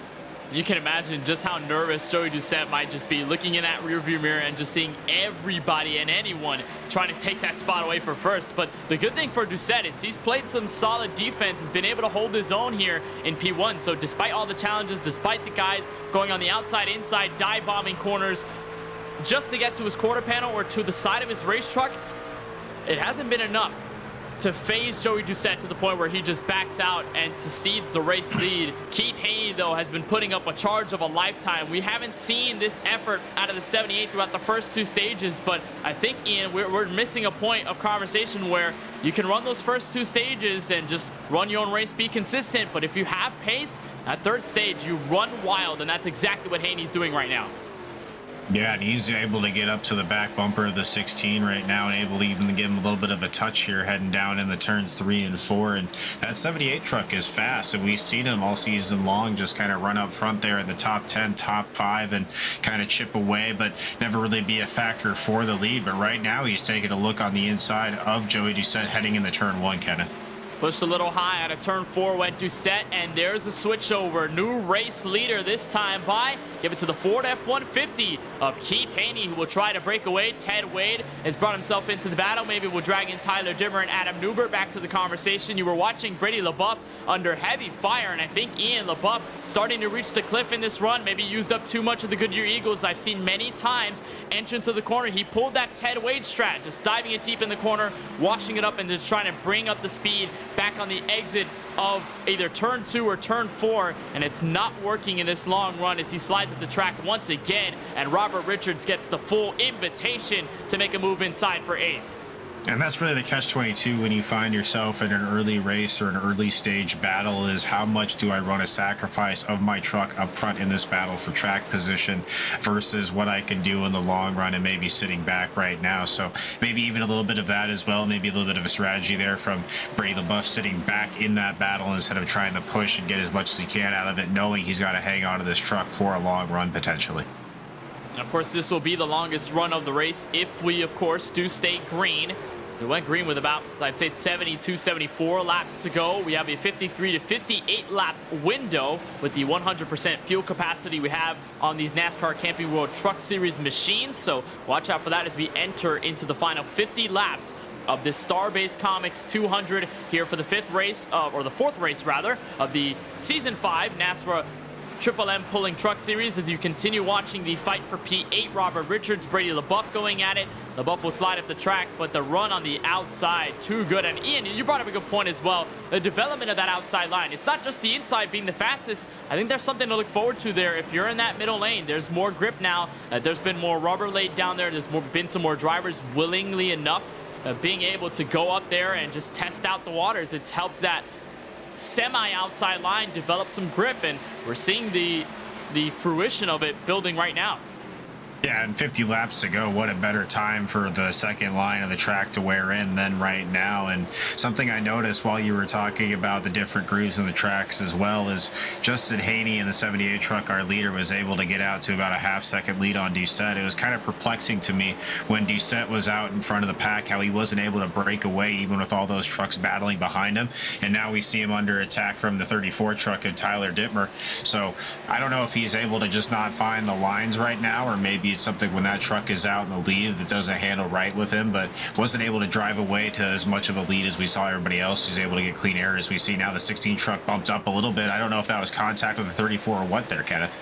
I believe there was, and he just went up the track, and that just gave the free spot, or free 2 spots, to the 2 of Ted Wade. He said, very much thank you, I'll be on my way. And to the race lead, Keith Haney here, as Doucette will calm down. I think he will let off the fight here against Tyler Dittmer. That lap truck also in the way as well. Jose Luis Rivera in the 20. He becomes the 3rd truck 1 lap down or more. So, Ian, I think all your talk, unfortunately, about all the drivers staying on the lead lap, apart from our 2 DNFs, that's no more here. We have 2 trucks 1 lap down. That is Rivera, Christopher Blanchard in the 19, and Huck Wigington, who has fallen 3 laps down. Remember, Wigington on the most recent restart did not take 4 fresh Goodyear Eagles, nor did he take fuel. So I think it's going to be interesting to see how Wigington tries to get back in the race with 47 laps to go. You looked at a slight battle with Keith Bradley in the mix there, Jacob Klinkart, Trey Pitts. That is 12th through 14th on the racetrack, but all of them have, again, gone single file. And then the focus back to Ted Wade, looking forward to catching Keith Haney. I think Wade definitely liked that, Ian. Seeing the 16 and the 34 go side by side, see the mistake, see the open space, and just take it. Yeah, and Ted Wade there, maybe a little bit of a makeup from the racing gods, where he was put onto the wall earlier in this race, and two guys getting together was able to open the door for him to take second place away from Dittmer there. But Dittmer now making a lube to the inside of Ted Wade. Definitely has the speed in that truck still. It was just a minor hiccup for him, and he's looking to get himself back up to the front again. We know how fast the 34 truck has been all night long. You know, if there's one thing or one word you can use to describe Dittmer tonight, it has been relentless. No matter what happens, he has always found a way to get back in the fight. And with 45 laps to go, that pass against Ted Wade may be good enough to set him up clearly for what could potentially be our first and last round of green flag pit stops. Of course, we've only had the one caution tonight, apart from our stages. I believe 2 cautions here tonight. One of them being Ted Wade going sideways, the other one a spin and a crash involving Derek Kilgore and the 53 of CJ Fondahl. So we've had 2 on-track incidents. One of them could have gotten away without a yellow, but race control did decide to pull the trigger on that. But other than that, we've had a very clean race from Nashville, Ian. I'd say that it's definitely a nice thing to see these guys go for the long run. And, you know, unlike Martinsville, where we had so many drivers close together making contact, tonight has been all about your long run pace and how disciplined you can be as a race driver. I think we kind of expected that coming in the Nashville as well. We talked about how difficult the track surface is and how different Nashville is from any other racetrack that we go to here on the circuit, especially this season in the NASRA Pulling Triple Series. But really, here what you have to do is just manage it. Really, you don't have to worry about cautions, you don't have to worry about restarts as much, and you can kind of get yourself into a bit of a groove. Whereas we saw Martinsville, it was just a war of attrition, and whoever got up front just had to hang on until the next yellow fell. So I think that really does a lot for, as you said, the long run trucks and also the drivers that kind of can manage the condition of a truck throughout a run. That is definitely true, as we will enter our 41 lap to go marker in the Starbase Comics 200. Keith Haney still in the race lead by 9/10 of a second. Last time by set a 31.53. Dittmer setting a 31.524. 5.45 this time for Dittmer as they cross the line. 5.84 for Haney in the 78. And I've been looking at the stats for the 34 of Tyler Dittmer and called him relentless. And I think the first couple of races in the season have been the best. If you're that 34, as they will get around the 00 of Huck Wigington. And here's the 17 of Brandon Bullock making a first stop to pit road, 31st on the racetrack. So not sure whether this call is just to get to the end of the race. It is rather early in the stint, so we'll see exactly what happens. But that 34 of Tyler Dittmer, an average finish of 11th. Had the poorest finish of the season so far. It came at Daytona to start off. He finished 27th, but he has finished 3rd 2 races in a row since at Homestead and at Martinsville, with that pole at Martinsville Speedway, and then back at Homestead in Miami, he started inside the top 10, and tonight doing the very same thing, starting inside the top 3, and he's been leading the race. He won stage 2, got those playoff points, and he has been unbelievable. Not the race leader by any means right now, but I think a lot to look forward to momentum-wise if you're that 34 of Dittmer, how good he's been in the opening 4 races. And there's a lot to be said about consistency, even in a format that lends itself more reward to a race winner, because I don't think there's going to be, I think we have 12 playoff spots. Correct me if I'm wrong there, Kenneth, but I believe we have 12 playoff spots, and I don't think we're going to see 12 individual leaders. So someone who could go up there and make consistent points every single week, even if they're not able to get that race win, probably has a really good chance of still making the playoffs. Well, we have 16 into the playoffs this season. And it was basically tied coming out of Homestead between Cody Knott and Jose Luis Rivera, but obviously ignored that for many reasons. One of them obviously being the fact that we're only 4 races into the season after tonight. There is so much still left to decide before we even begin to talk about the implications and the drama and what may come out of strategy for points and all that. So, you know, still a long way from that, but there is still some merit in talking about how consistent drivers like Dittmer and even others are. Joey Doucette getting the win, and in many cases like that. We have drivers on pit road here in the final 37, Ian. And we saw some back markers take some trips down to pit road. Jonathan Munda in the 15, who was hanging in the back, the 17 of Brandon Bullock. But now we have some of our main contenders in the front pack, starting with the 13 of Michael McKinnon, followed by Brady LaBeouf in the 9.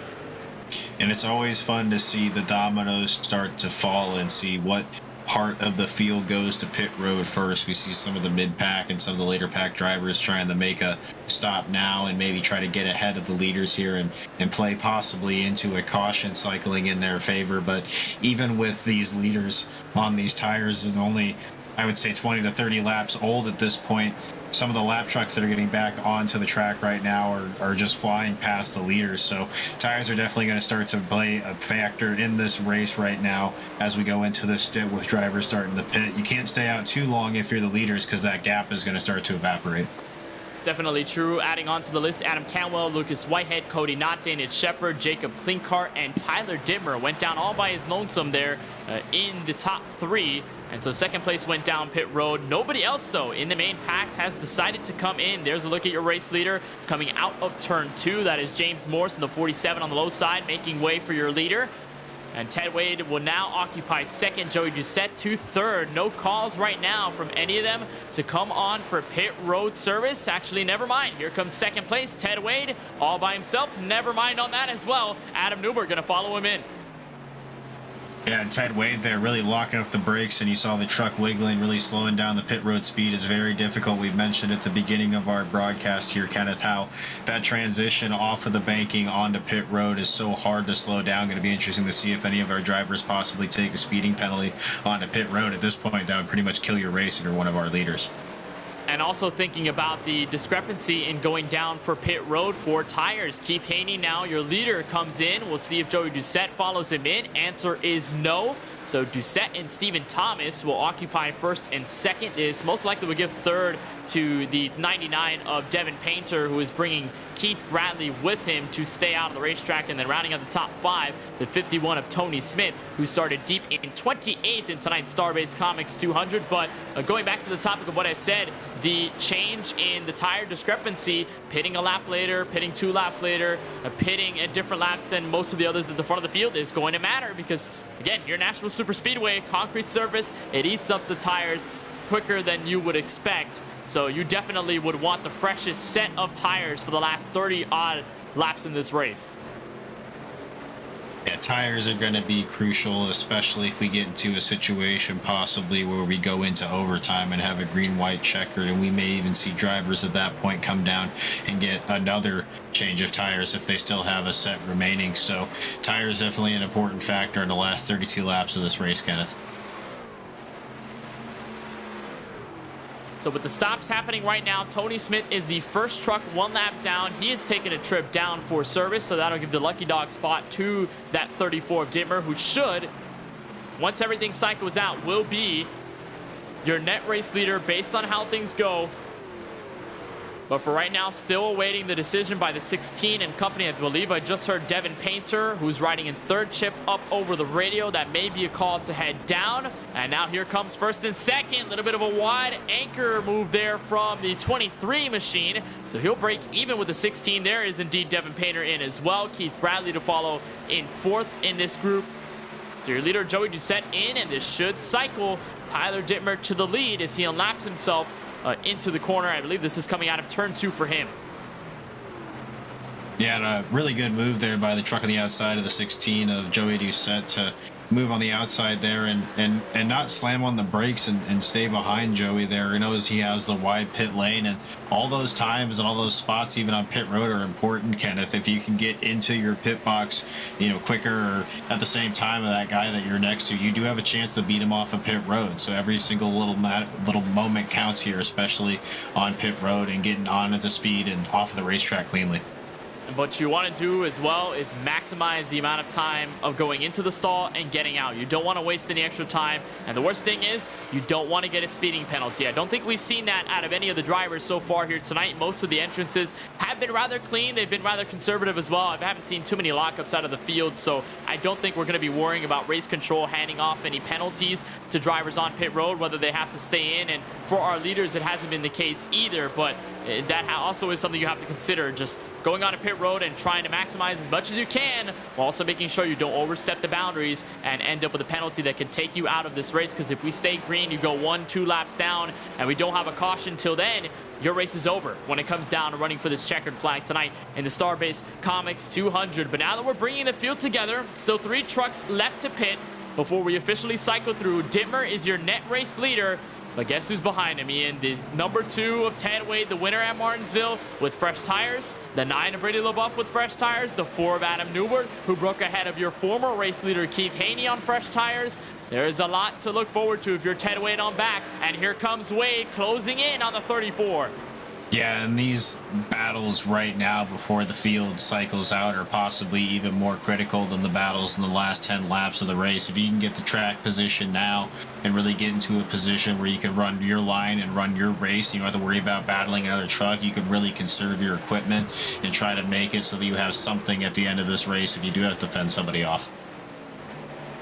And already they're going at it for what's going to be 3rd, 4th, 5th into our tire strategy. Keith Haney underneath. Brady LaBeouf now potentially looking at Adam Newbert next in the black and orange VFW rather, number 4, Ford F-150. The 2 Fords going at it. Jason Morales, Taylor Peacock, the 1st and 2nd trucks, still yet to pit on a stint of 49 and 48 respectively. So we are expecting them to hit pit road before this race is over into the final 25 laps from the virtual Nashville Super Speedway. But it's all on Tyler Dittmer to just hold on. But Ted Wade is intimidating this 34. He is there out of turn 4. Could there be a pass for the net race lead? Well, we saw earlier in the race Ted Wade trying to make that dive to the outside heading into turn 1. Will he do it here, Kenneth? You see how he's able to brake so much harder going into the corner. I don't know, though, if that's going to able to get him to get the run off into the backstretch that he needs there to get to Dittmer, and it won't. But you're able to see how much he's able to drive into turn 1 and really just drive past that driver on the inside line and try to make it stick that way. But that really takes your drive off coming out onto the backstretch. Shades of them going at it for the race lead, and where Ted Wade got spun sideways and saved the race truck. It's happening all over again, and much like that last run, Ian, the 2 is looking up top. He does not want to go back down low. He wants to be as high as he can be to that quarter panel. They're going to pass the lap truck. That is Jose Luis Rivera. They're going to clear him without any troubles. Adam Newbert and Keith Haney have since simmered down for the fight in P3 in the net standings. But Ted Wade still looking and eyeing on this number 34, the Lizardworks Chevy Silverado, coming to the final 22 laps from Nashville. Yeah, we're able to see if he's able to use this clean air to his advantage. The 34 truck of Tyler Dittmer, once Peacock and Morales pit, he will be the race leader. But right now, Ted Wade knows that he has to have that clean air and have his truck out in front if he's going to hang on, because it's so hard to pass here once those tires start to wear in, Kenneth. You really can't find a line where the tires will lock down and really grip up well enough for you able to drive past other trucks. So he knows how important this battle for track position is early in this run. It is going to be important, but as well, if we stay green for the next 22 laps, the fastest one on the long runs in both stage 1 and stage 2 have not been any of the 2 running for the lead right now. It's been that 78 of Keith Haney, and he is there. Adam Newbert, they're catching up now that Ted Wade is starting to put some of the fire on the rear bumper of Tyler Dittmer's 34 machine. So it may not be just 2 running for the checkered. It's going to be all 4 of these guys, 2 Fords and 2 Chevys. Lap traffic also in the mix as well, Ian, along with Jason Morales, who's up the road a couple of seconds. He is still yet to come down for his final stop of service. So these trucks up in the front may pose as a pivotal pick or a pivotal swing in the race lead. We mentioned how important it is to have clean air. It's not only important to have clean air, but it's important to not have to worry about trucks bearing down on you from behind because you're battling with somebody else. That's why it's so important to make these passes as quickly as you can. As we see, lap traffic here is going to start to be a factor. They're staying down on the inside line right now, but this possibly will split up the 1 and 2 truck from the 3 and 4 truck right now. But the one truck, they're doing a good job staying out of the way of the leaders, knowing that this is a battle for the lead with 20 laps to go. And Morales in the one, he was running second on the lead lap, not a lap truck. He was basically just running for position, trying to hold out as much as he can. There's a lap truck up in front. And it's going to be Huck Wigington. But they're going to clear him without any troubles to turn 3. And that's a solid exit out of Ted Wade in the 2. Could it be enough to hang close? Answer is yes, down the front straightaway, but again, they will reel in the 4 and the 78, and they are there to the outside in turn 1. Yeah, and right now this looks almost like we're at Daytona or at Talladega. You see two lines almost forming up here, and it seems like that outside line is trying to push around the 2 of Ted Wade right now, and he doesn't want to be on the bottom. We know that, so he's trying to get himself all the way up to that top side and try to run where he's comfortable. And right now, the more laps that he's down on the bottom side, the more positions we see him continue to lose as the 78 of Haney now all over the back bumper of Ted Wade. And as they cross the line for 19 laps to go, Taylor Peacock was the last one to stay out. He has finally hit pit road. So that conversation for net race lead is over. Now it's just official race lead. Keith Haney has moved into 3rd, gets by the 2 of Ted Wade out of turn 2. Newbert trying to track down the 34 of Dittmer. And what's most notable here, Ian, is that the 78 of Haney is now 15 laps into his stint. He's 1 lap better than Adam Newbert ahead of him and 3 laps better on tires than the 34 leading this race, coming to 17 laps to go. So again, like I mentioned, tire discrepancy is mattering at a track that eats up tires more than any other. Adam Newbert still trying to hunt down on the 34. No avail, though, for him so far. Yeah, the last time by, Dittmer and Newbert were faster than Haney, but the more they continue to battle, we've seen it all night long, is this going to play into the 78 truck's hands. And Dittmer and Newbert, they've got to make a pass on one another quickly or figure out what they're going to do, or they're just going to burn up their tires more, and that dire difference that you spoke of is going to be even more of an advantage to the 78 truck. And look at that, out of turn 4, they caught the lap truck. Brandon Bullock, the Ford, did at the worst possible time. He checked up dramatically, and now it opened the door. 78, Keith Haney to the outside for 2nd. It is going to at least make the 34 breathe out a sigh of relief for a moment, knowing that he doesn't have to deal with the truck hounding on his rear bumper. But they're going to come back sooner than later. Haney now single files out with Newbert, so Haney has a direct view of the 34 truck to 15 laps to go in this Starbase Comics 200 in the NASRA Triple M Pulling Truck Series. And now I got to ask Ian, if you're that 78 of Haney, do you push now with 15 to go, or do you still hold on to that long run that he's been so good at for so long tonight? Well, I think he just made such quick work there, 3rd and 4th. I think he knows he's got a little bit of a gap to reel in here to catch Dittmer. So I don't think he's going to try to drive the wheels off it right now. But I think as soon as he gets to the back bumper of Dittmer, we've seen how important it is to make these passes quickly and not get caught up behind the leader there and try to settle into a groove. So I think once you see him get to the back bumper, that's when you're going to see the aggression start to ramp up. 0.03 of a second roughly to the good for Keith Haney on that last time by 31.391 for the 78, a 31.425 for Dittmer. And although Dittmer has been basically pressured this entire run, coming to 13 laps to go, he's held his own, much like Joey Doucette did in that last stretch of green flag racing. But the time is running out. Keith Haney needing to make a move, or maybe a potential caution to help his situation out. From Nashville Super Speedway, Haney and Dittmer both looking for their first win of Season 5. And basically everyone in the top 3 in, none of them winners so far in the opening races. Ted Wade is the only group out of drivers in the top 5. And he is in a group of 2 for the entire top 10, rather through a group of 3 in the top 10 who have won at least 1 race this season, including Chris Cinnamon. So a lot of new drivers eligible to get their first win as Newbert washes up out of turn 4, and here comes Wade inside for 3rd.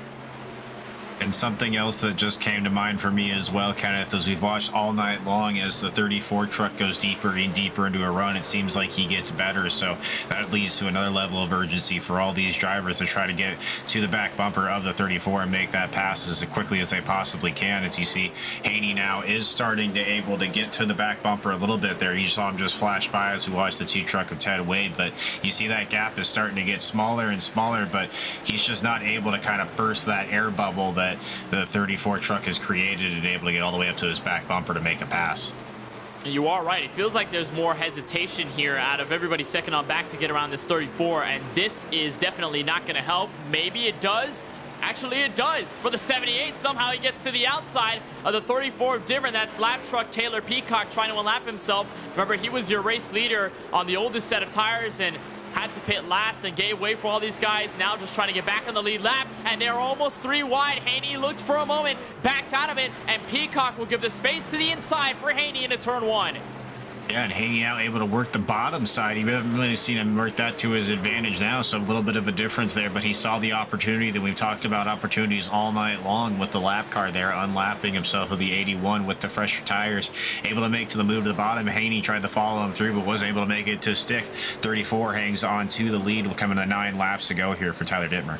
And you got to ask in that moment with that lap car of Peacock whether Haney had basically just wasted that opportunity to easily take P1 away. But I think the answer would just negate itself immediately at a turn 2, an arcing approach for the 78. That'll give him some momentum. Dittmer looks low to block. He says, I'll give you the outside, but I know I've got the fastest line here in Nashville. Haney will accept. There's Adam Cantwell, one of our biggest movers all night tonight, and Haney immediately backs out. Dittmer, even though he's on 2 lap older tires than Haney, he's playing a smart game here, coming to the last 8 laps here from Nashville. Yeah, and he's driving a really defensive line as well, too. He's making it really hard for Haney to arc into the corner the way that he wants to. I think Haney is trying to kind of diamond the corner. We've seen some drivers doing that now that there's some rubber laying into the racetrack, and it's helping them get a good run. But the line that Dittmer's running right now is kind of making it hard for Haney to do that. Kind of has to make him check up, and he's not able to roll the corner as efficiently as he'd like right now. And what's also good about this is that the tire gain for Haney, I think, will start to basically dissolve in the final 7 laps here. Now that lap after lap after lap stuck in dirty air, the 34, and then getting put into more dirty air with the lap trucks, Peacock weaving his way through, and then that last instance there with the lap truck, it has certainly affected the style that Haney has been accustomed to in the first 2 stages. Here's a nice grouping here around Keith Bradley. This is outside top 10. Devin Painter holding on to the final spot. Trey Pitts against Jacob Klinkart into turn 3. So although we do have P1 up for a battle, we've got the top 10, some nice points on for stake as well. Yeah, and give a shout out to the Klinkart there and the 5 truck, the Kyle Larson inspired paint. He had a rough beginning of this race. You see the damage on the right side of that truck, had to pit early and is able to slowly and quietly move his way back up the field. A little bit of possibly close contact there, but we have a spinner there. 82 into the wall.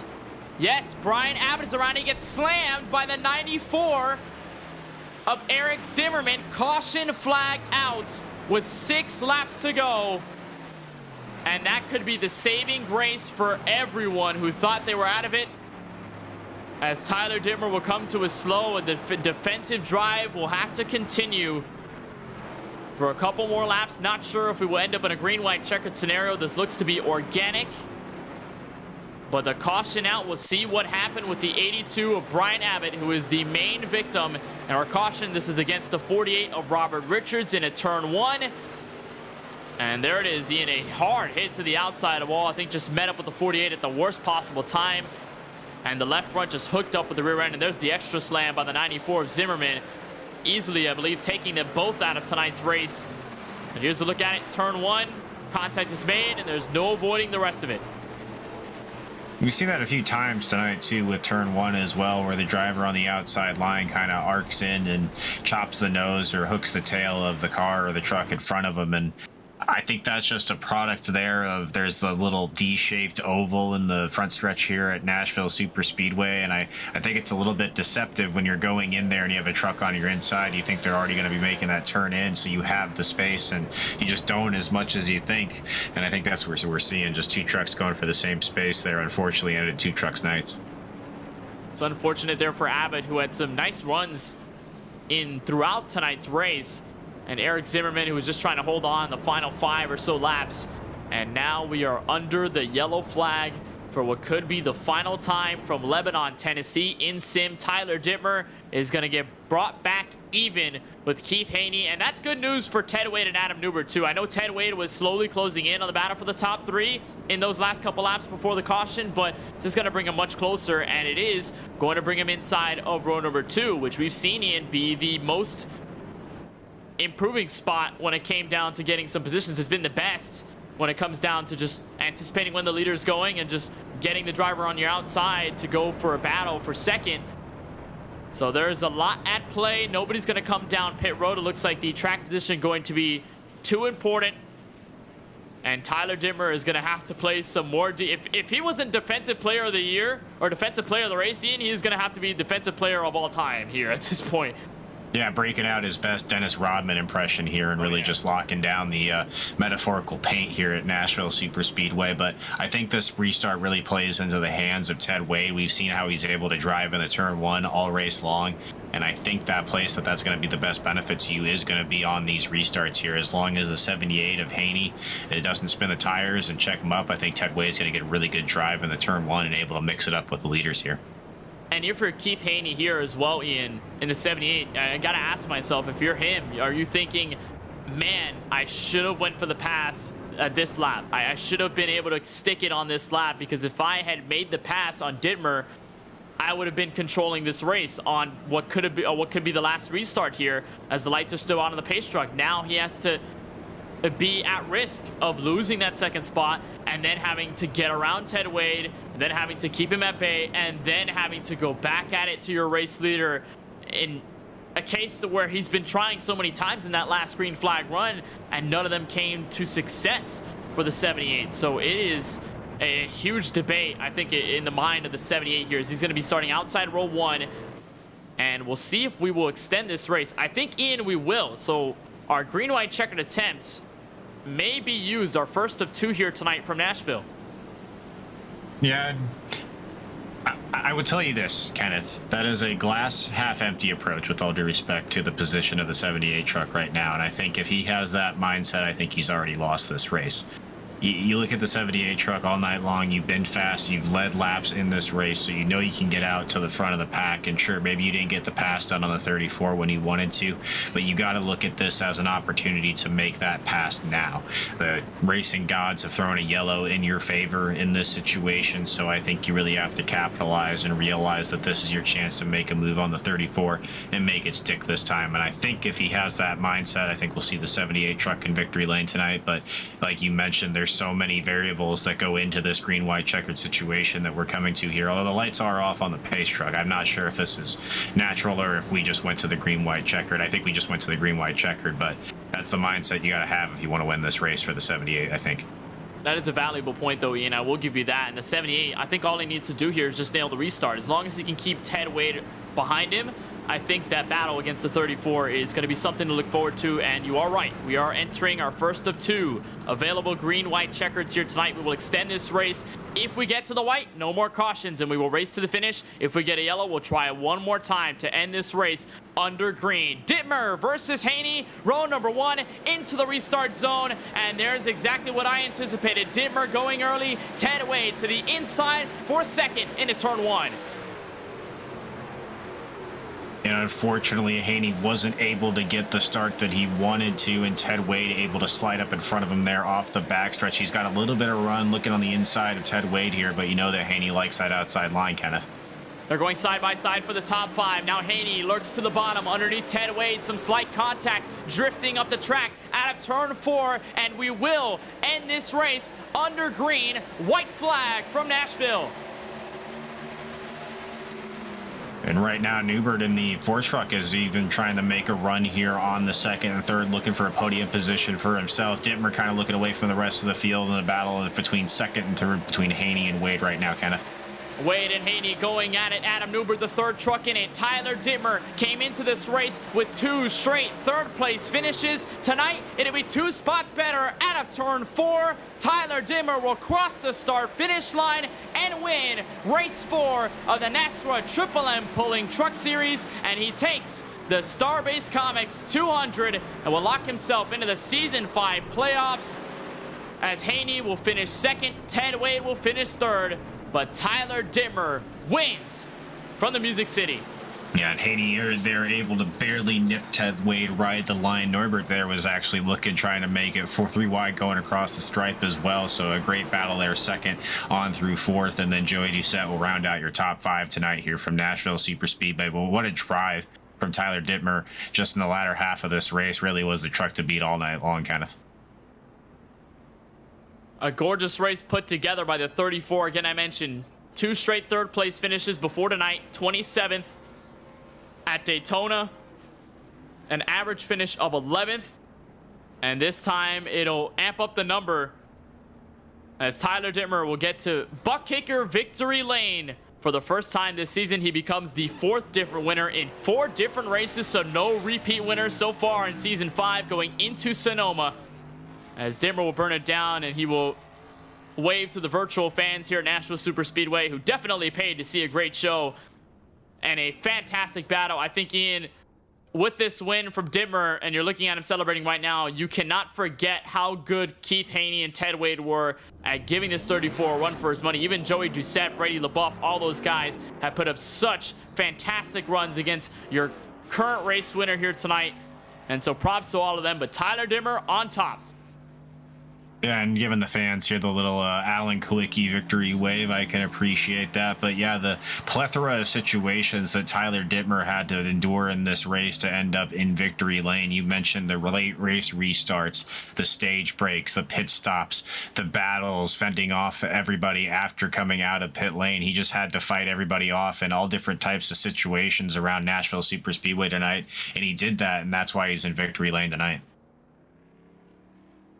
So as Tyler Dittmer will continue his celebrations, it is also worth noting that it'll be the 19 of Christopher Blanchard who gets the NASRA 360 Hard Charger Award here from Lebanon, Tennessee. Started 26th and he finishes 13th tonight. So a nice award given to the 19 machine. I saw him a little bit not getting the laps in practice as quickly as I've seen other drivers do, but it all works out in the end. Tyler Dittmer, though, is your race winner. He gets it done here tonight in the Starbase Comics 200. He'll have Keith Haney behind him. Got to give props to the fight that Keith Haney put up, not only in that last restart, but in that entire last run before our last caution. Keith Haney with a great second place finish. Ted Wade, coming fresh off the win at Martinsville, picks it right back up where he left off and finishes inside the top 3. We'll talk to all 3 of them before we finish our coverage here on Racecraft TV. It's Adam Newber who brings the Ford truck home in P4 out of all places. Nice ending for him. Joey Doucette in 16. We saw some great speed out of his Chevy Silverado, the butt kicker machine. Not getting the victory lane tonight, but he does round out your top 5. Brady LaBeouf in the 9 machine started up front, ran up front for a majority of the race. Could not get back, though, to the top 3 near the end. He ends up in P6. It'll be 7th for the 23 of Stephen Thomas, who started 17th tonight.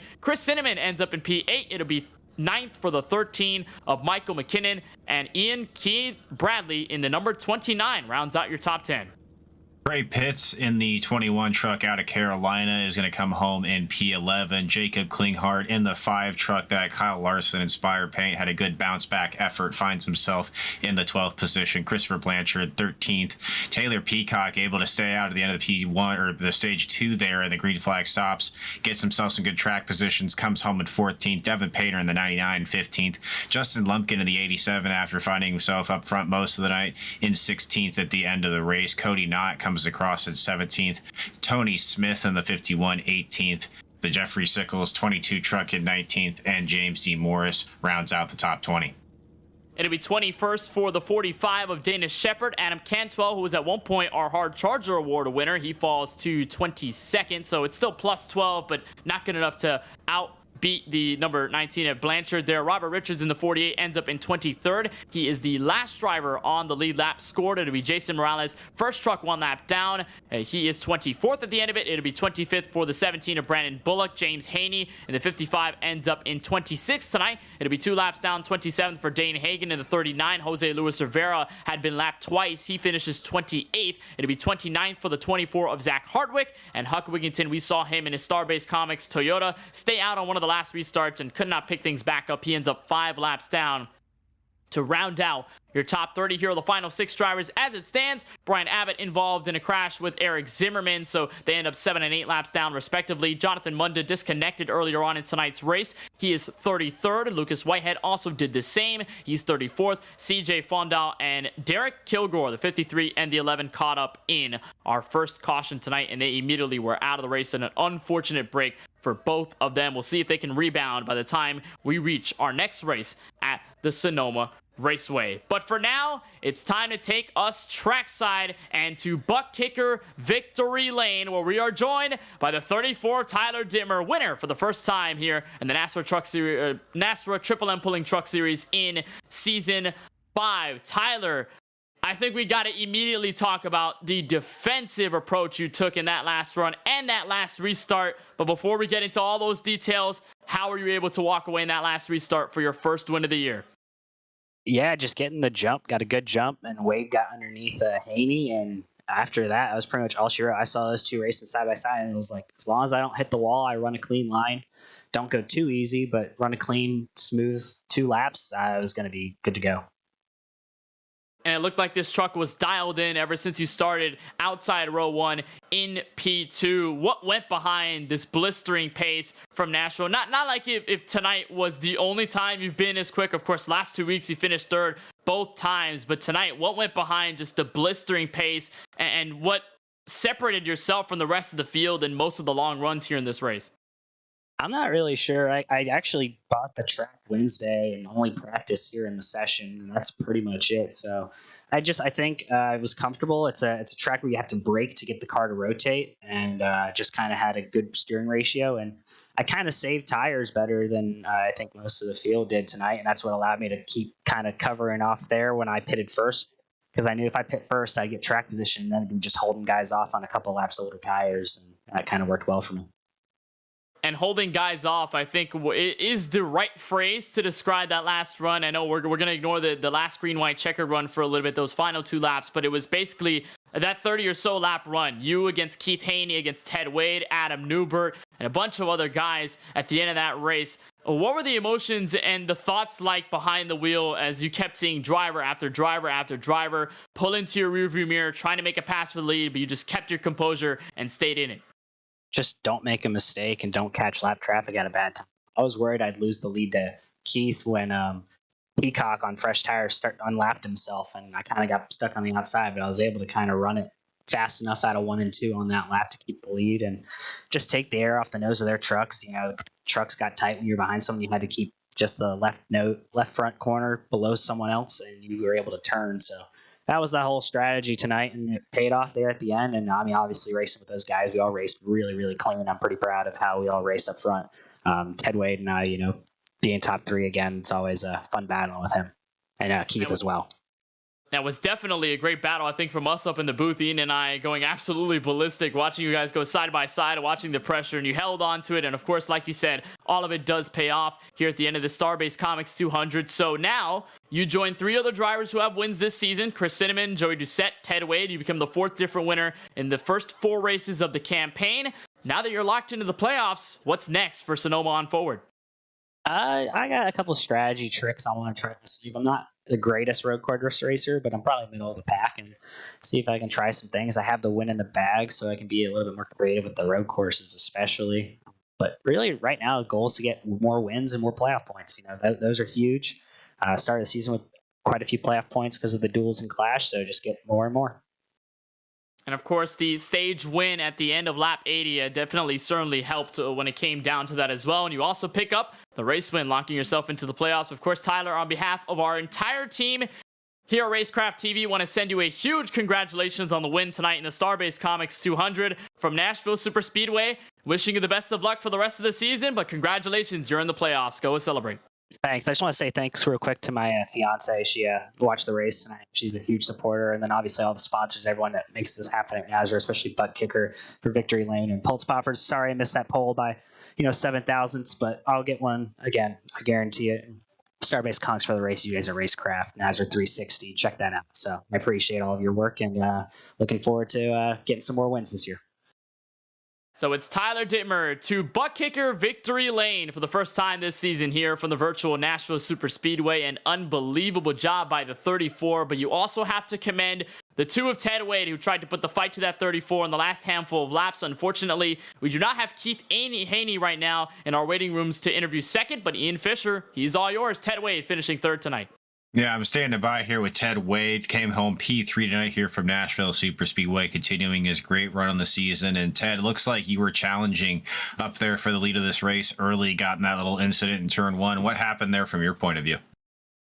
Oh yeah, man, we're just racing hard. I felt like I was faster than him, but if you got to get around somebody, and he drove me clean. I just kind of dove it in there on the outside, trying to get it to stick. If I could clear him mid corner, I knew I could get around him, but yeah, the lines kind of just came together there.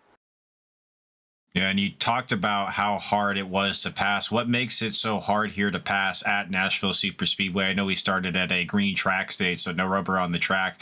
Did it start to rubber in a little bit, and did that make passing even easier as the night went on? Nah, it was about the same all night. I mean, you had to get a good run either on the corner entry, lifting early and trying to come off, or just something different. You had to try something different than everybody else was doing just to get momentum. But everybody was so close on times tonight, it just made it very difficult. And we're watching your truck now. Little bit of damage there from that early race contact. Did that affect you any going into the latter stages of this race? Were you able to make a challenge for the lead at that point? Like, was there anything missing from your truck that stopped you from getting up there, maybe challenging for the win later in the race? Nah, I don't think it hurt us any. It was only a few seconds of damage here, but tires, just trying to conserve tires, and we're running so hard there at the end, trying to not let people get away, and you use them up. Well, still manage the tires good enough to come home for P3. So on behalf of all of us here at Racecraft, just want to congratulate you and your team on that. What are you looking forward to going into Sonoma and the right and left hand turns there? Oh, I love road course racing, definitely, for sure. I don't think we have full course cautions on, so that'll definitely shake things up a bit. Well, we'll look forward to watching you next week there at Sonoma, Kenneth. I think Ted Wade's going to be definitely one to watch out for the rest of the season here. Again, congratulations on your P2 finish there, Ted. Thanks, guys. I just like to give Over the Top Designs a shout out. John Hedrick over there painting our trucks. Dan's Top Notch Heating and Cooling, Bruzy Racewear, NASRA, Triple M Pulling, Front Motorsports. Thank everybody here at Racecraft. Thank you, guys.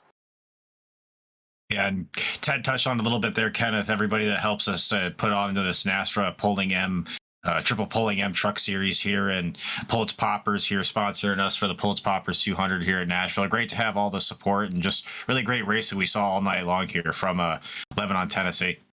Yeah, some great racing overall. And by the way, that's the 4th straight top 10 for Ted Wade. So if there's something that you can use to describe that number 2 is consistent as always, and with the win, I mean, he's becoming a threat potentially for this 2022 championship. But we got ourselves out of Nashville tonight. Lights are out. We're on our Jeff Gluck quiet track moment here after Tyler Dittmer's celebration for his first win of the season. 4 different winners. Our championship still very much up in the air. And now we head to the wine country, Sonoma in California. The road course up there. Unfortunately, we don't have the spring version with all the grass, but the track has elevation. The track has some challenging turns. And with these trucks, it's going to be a great race to spectate.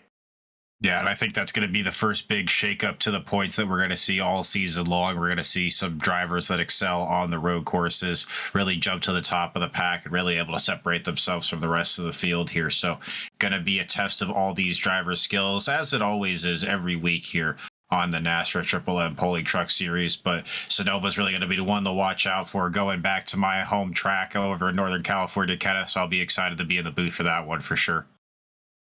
You know, it's always a great thing to be a part of the home track broadcast. I think a lot of drivers talk about it as well, but even as broadcasters, we love those hometown races and what's in store for that. Sonoma's going to be our first road course race of the season, and so much more to look forward to in Season 5 of the NASRA Triple M Pulling Truck Series. But we close out the Starbase Comics 200 with Tyler Dittmer in butt kicker victory lane for the very first time this season.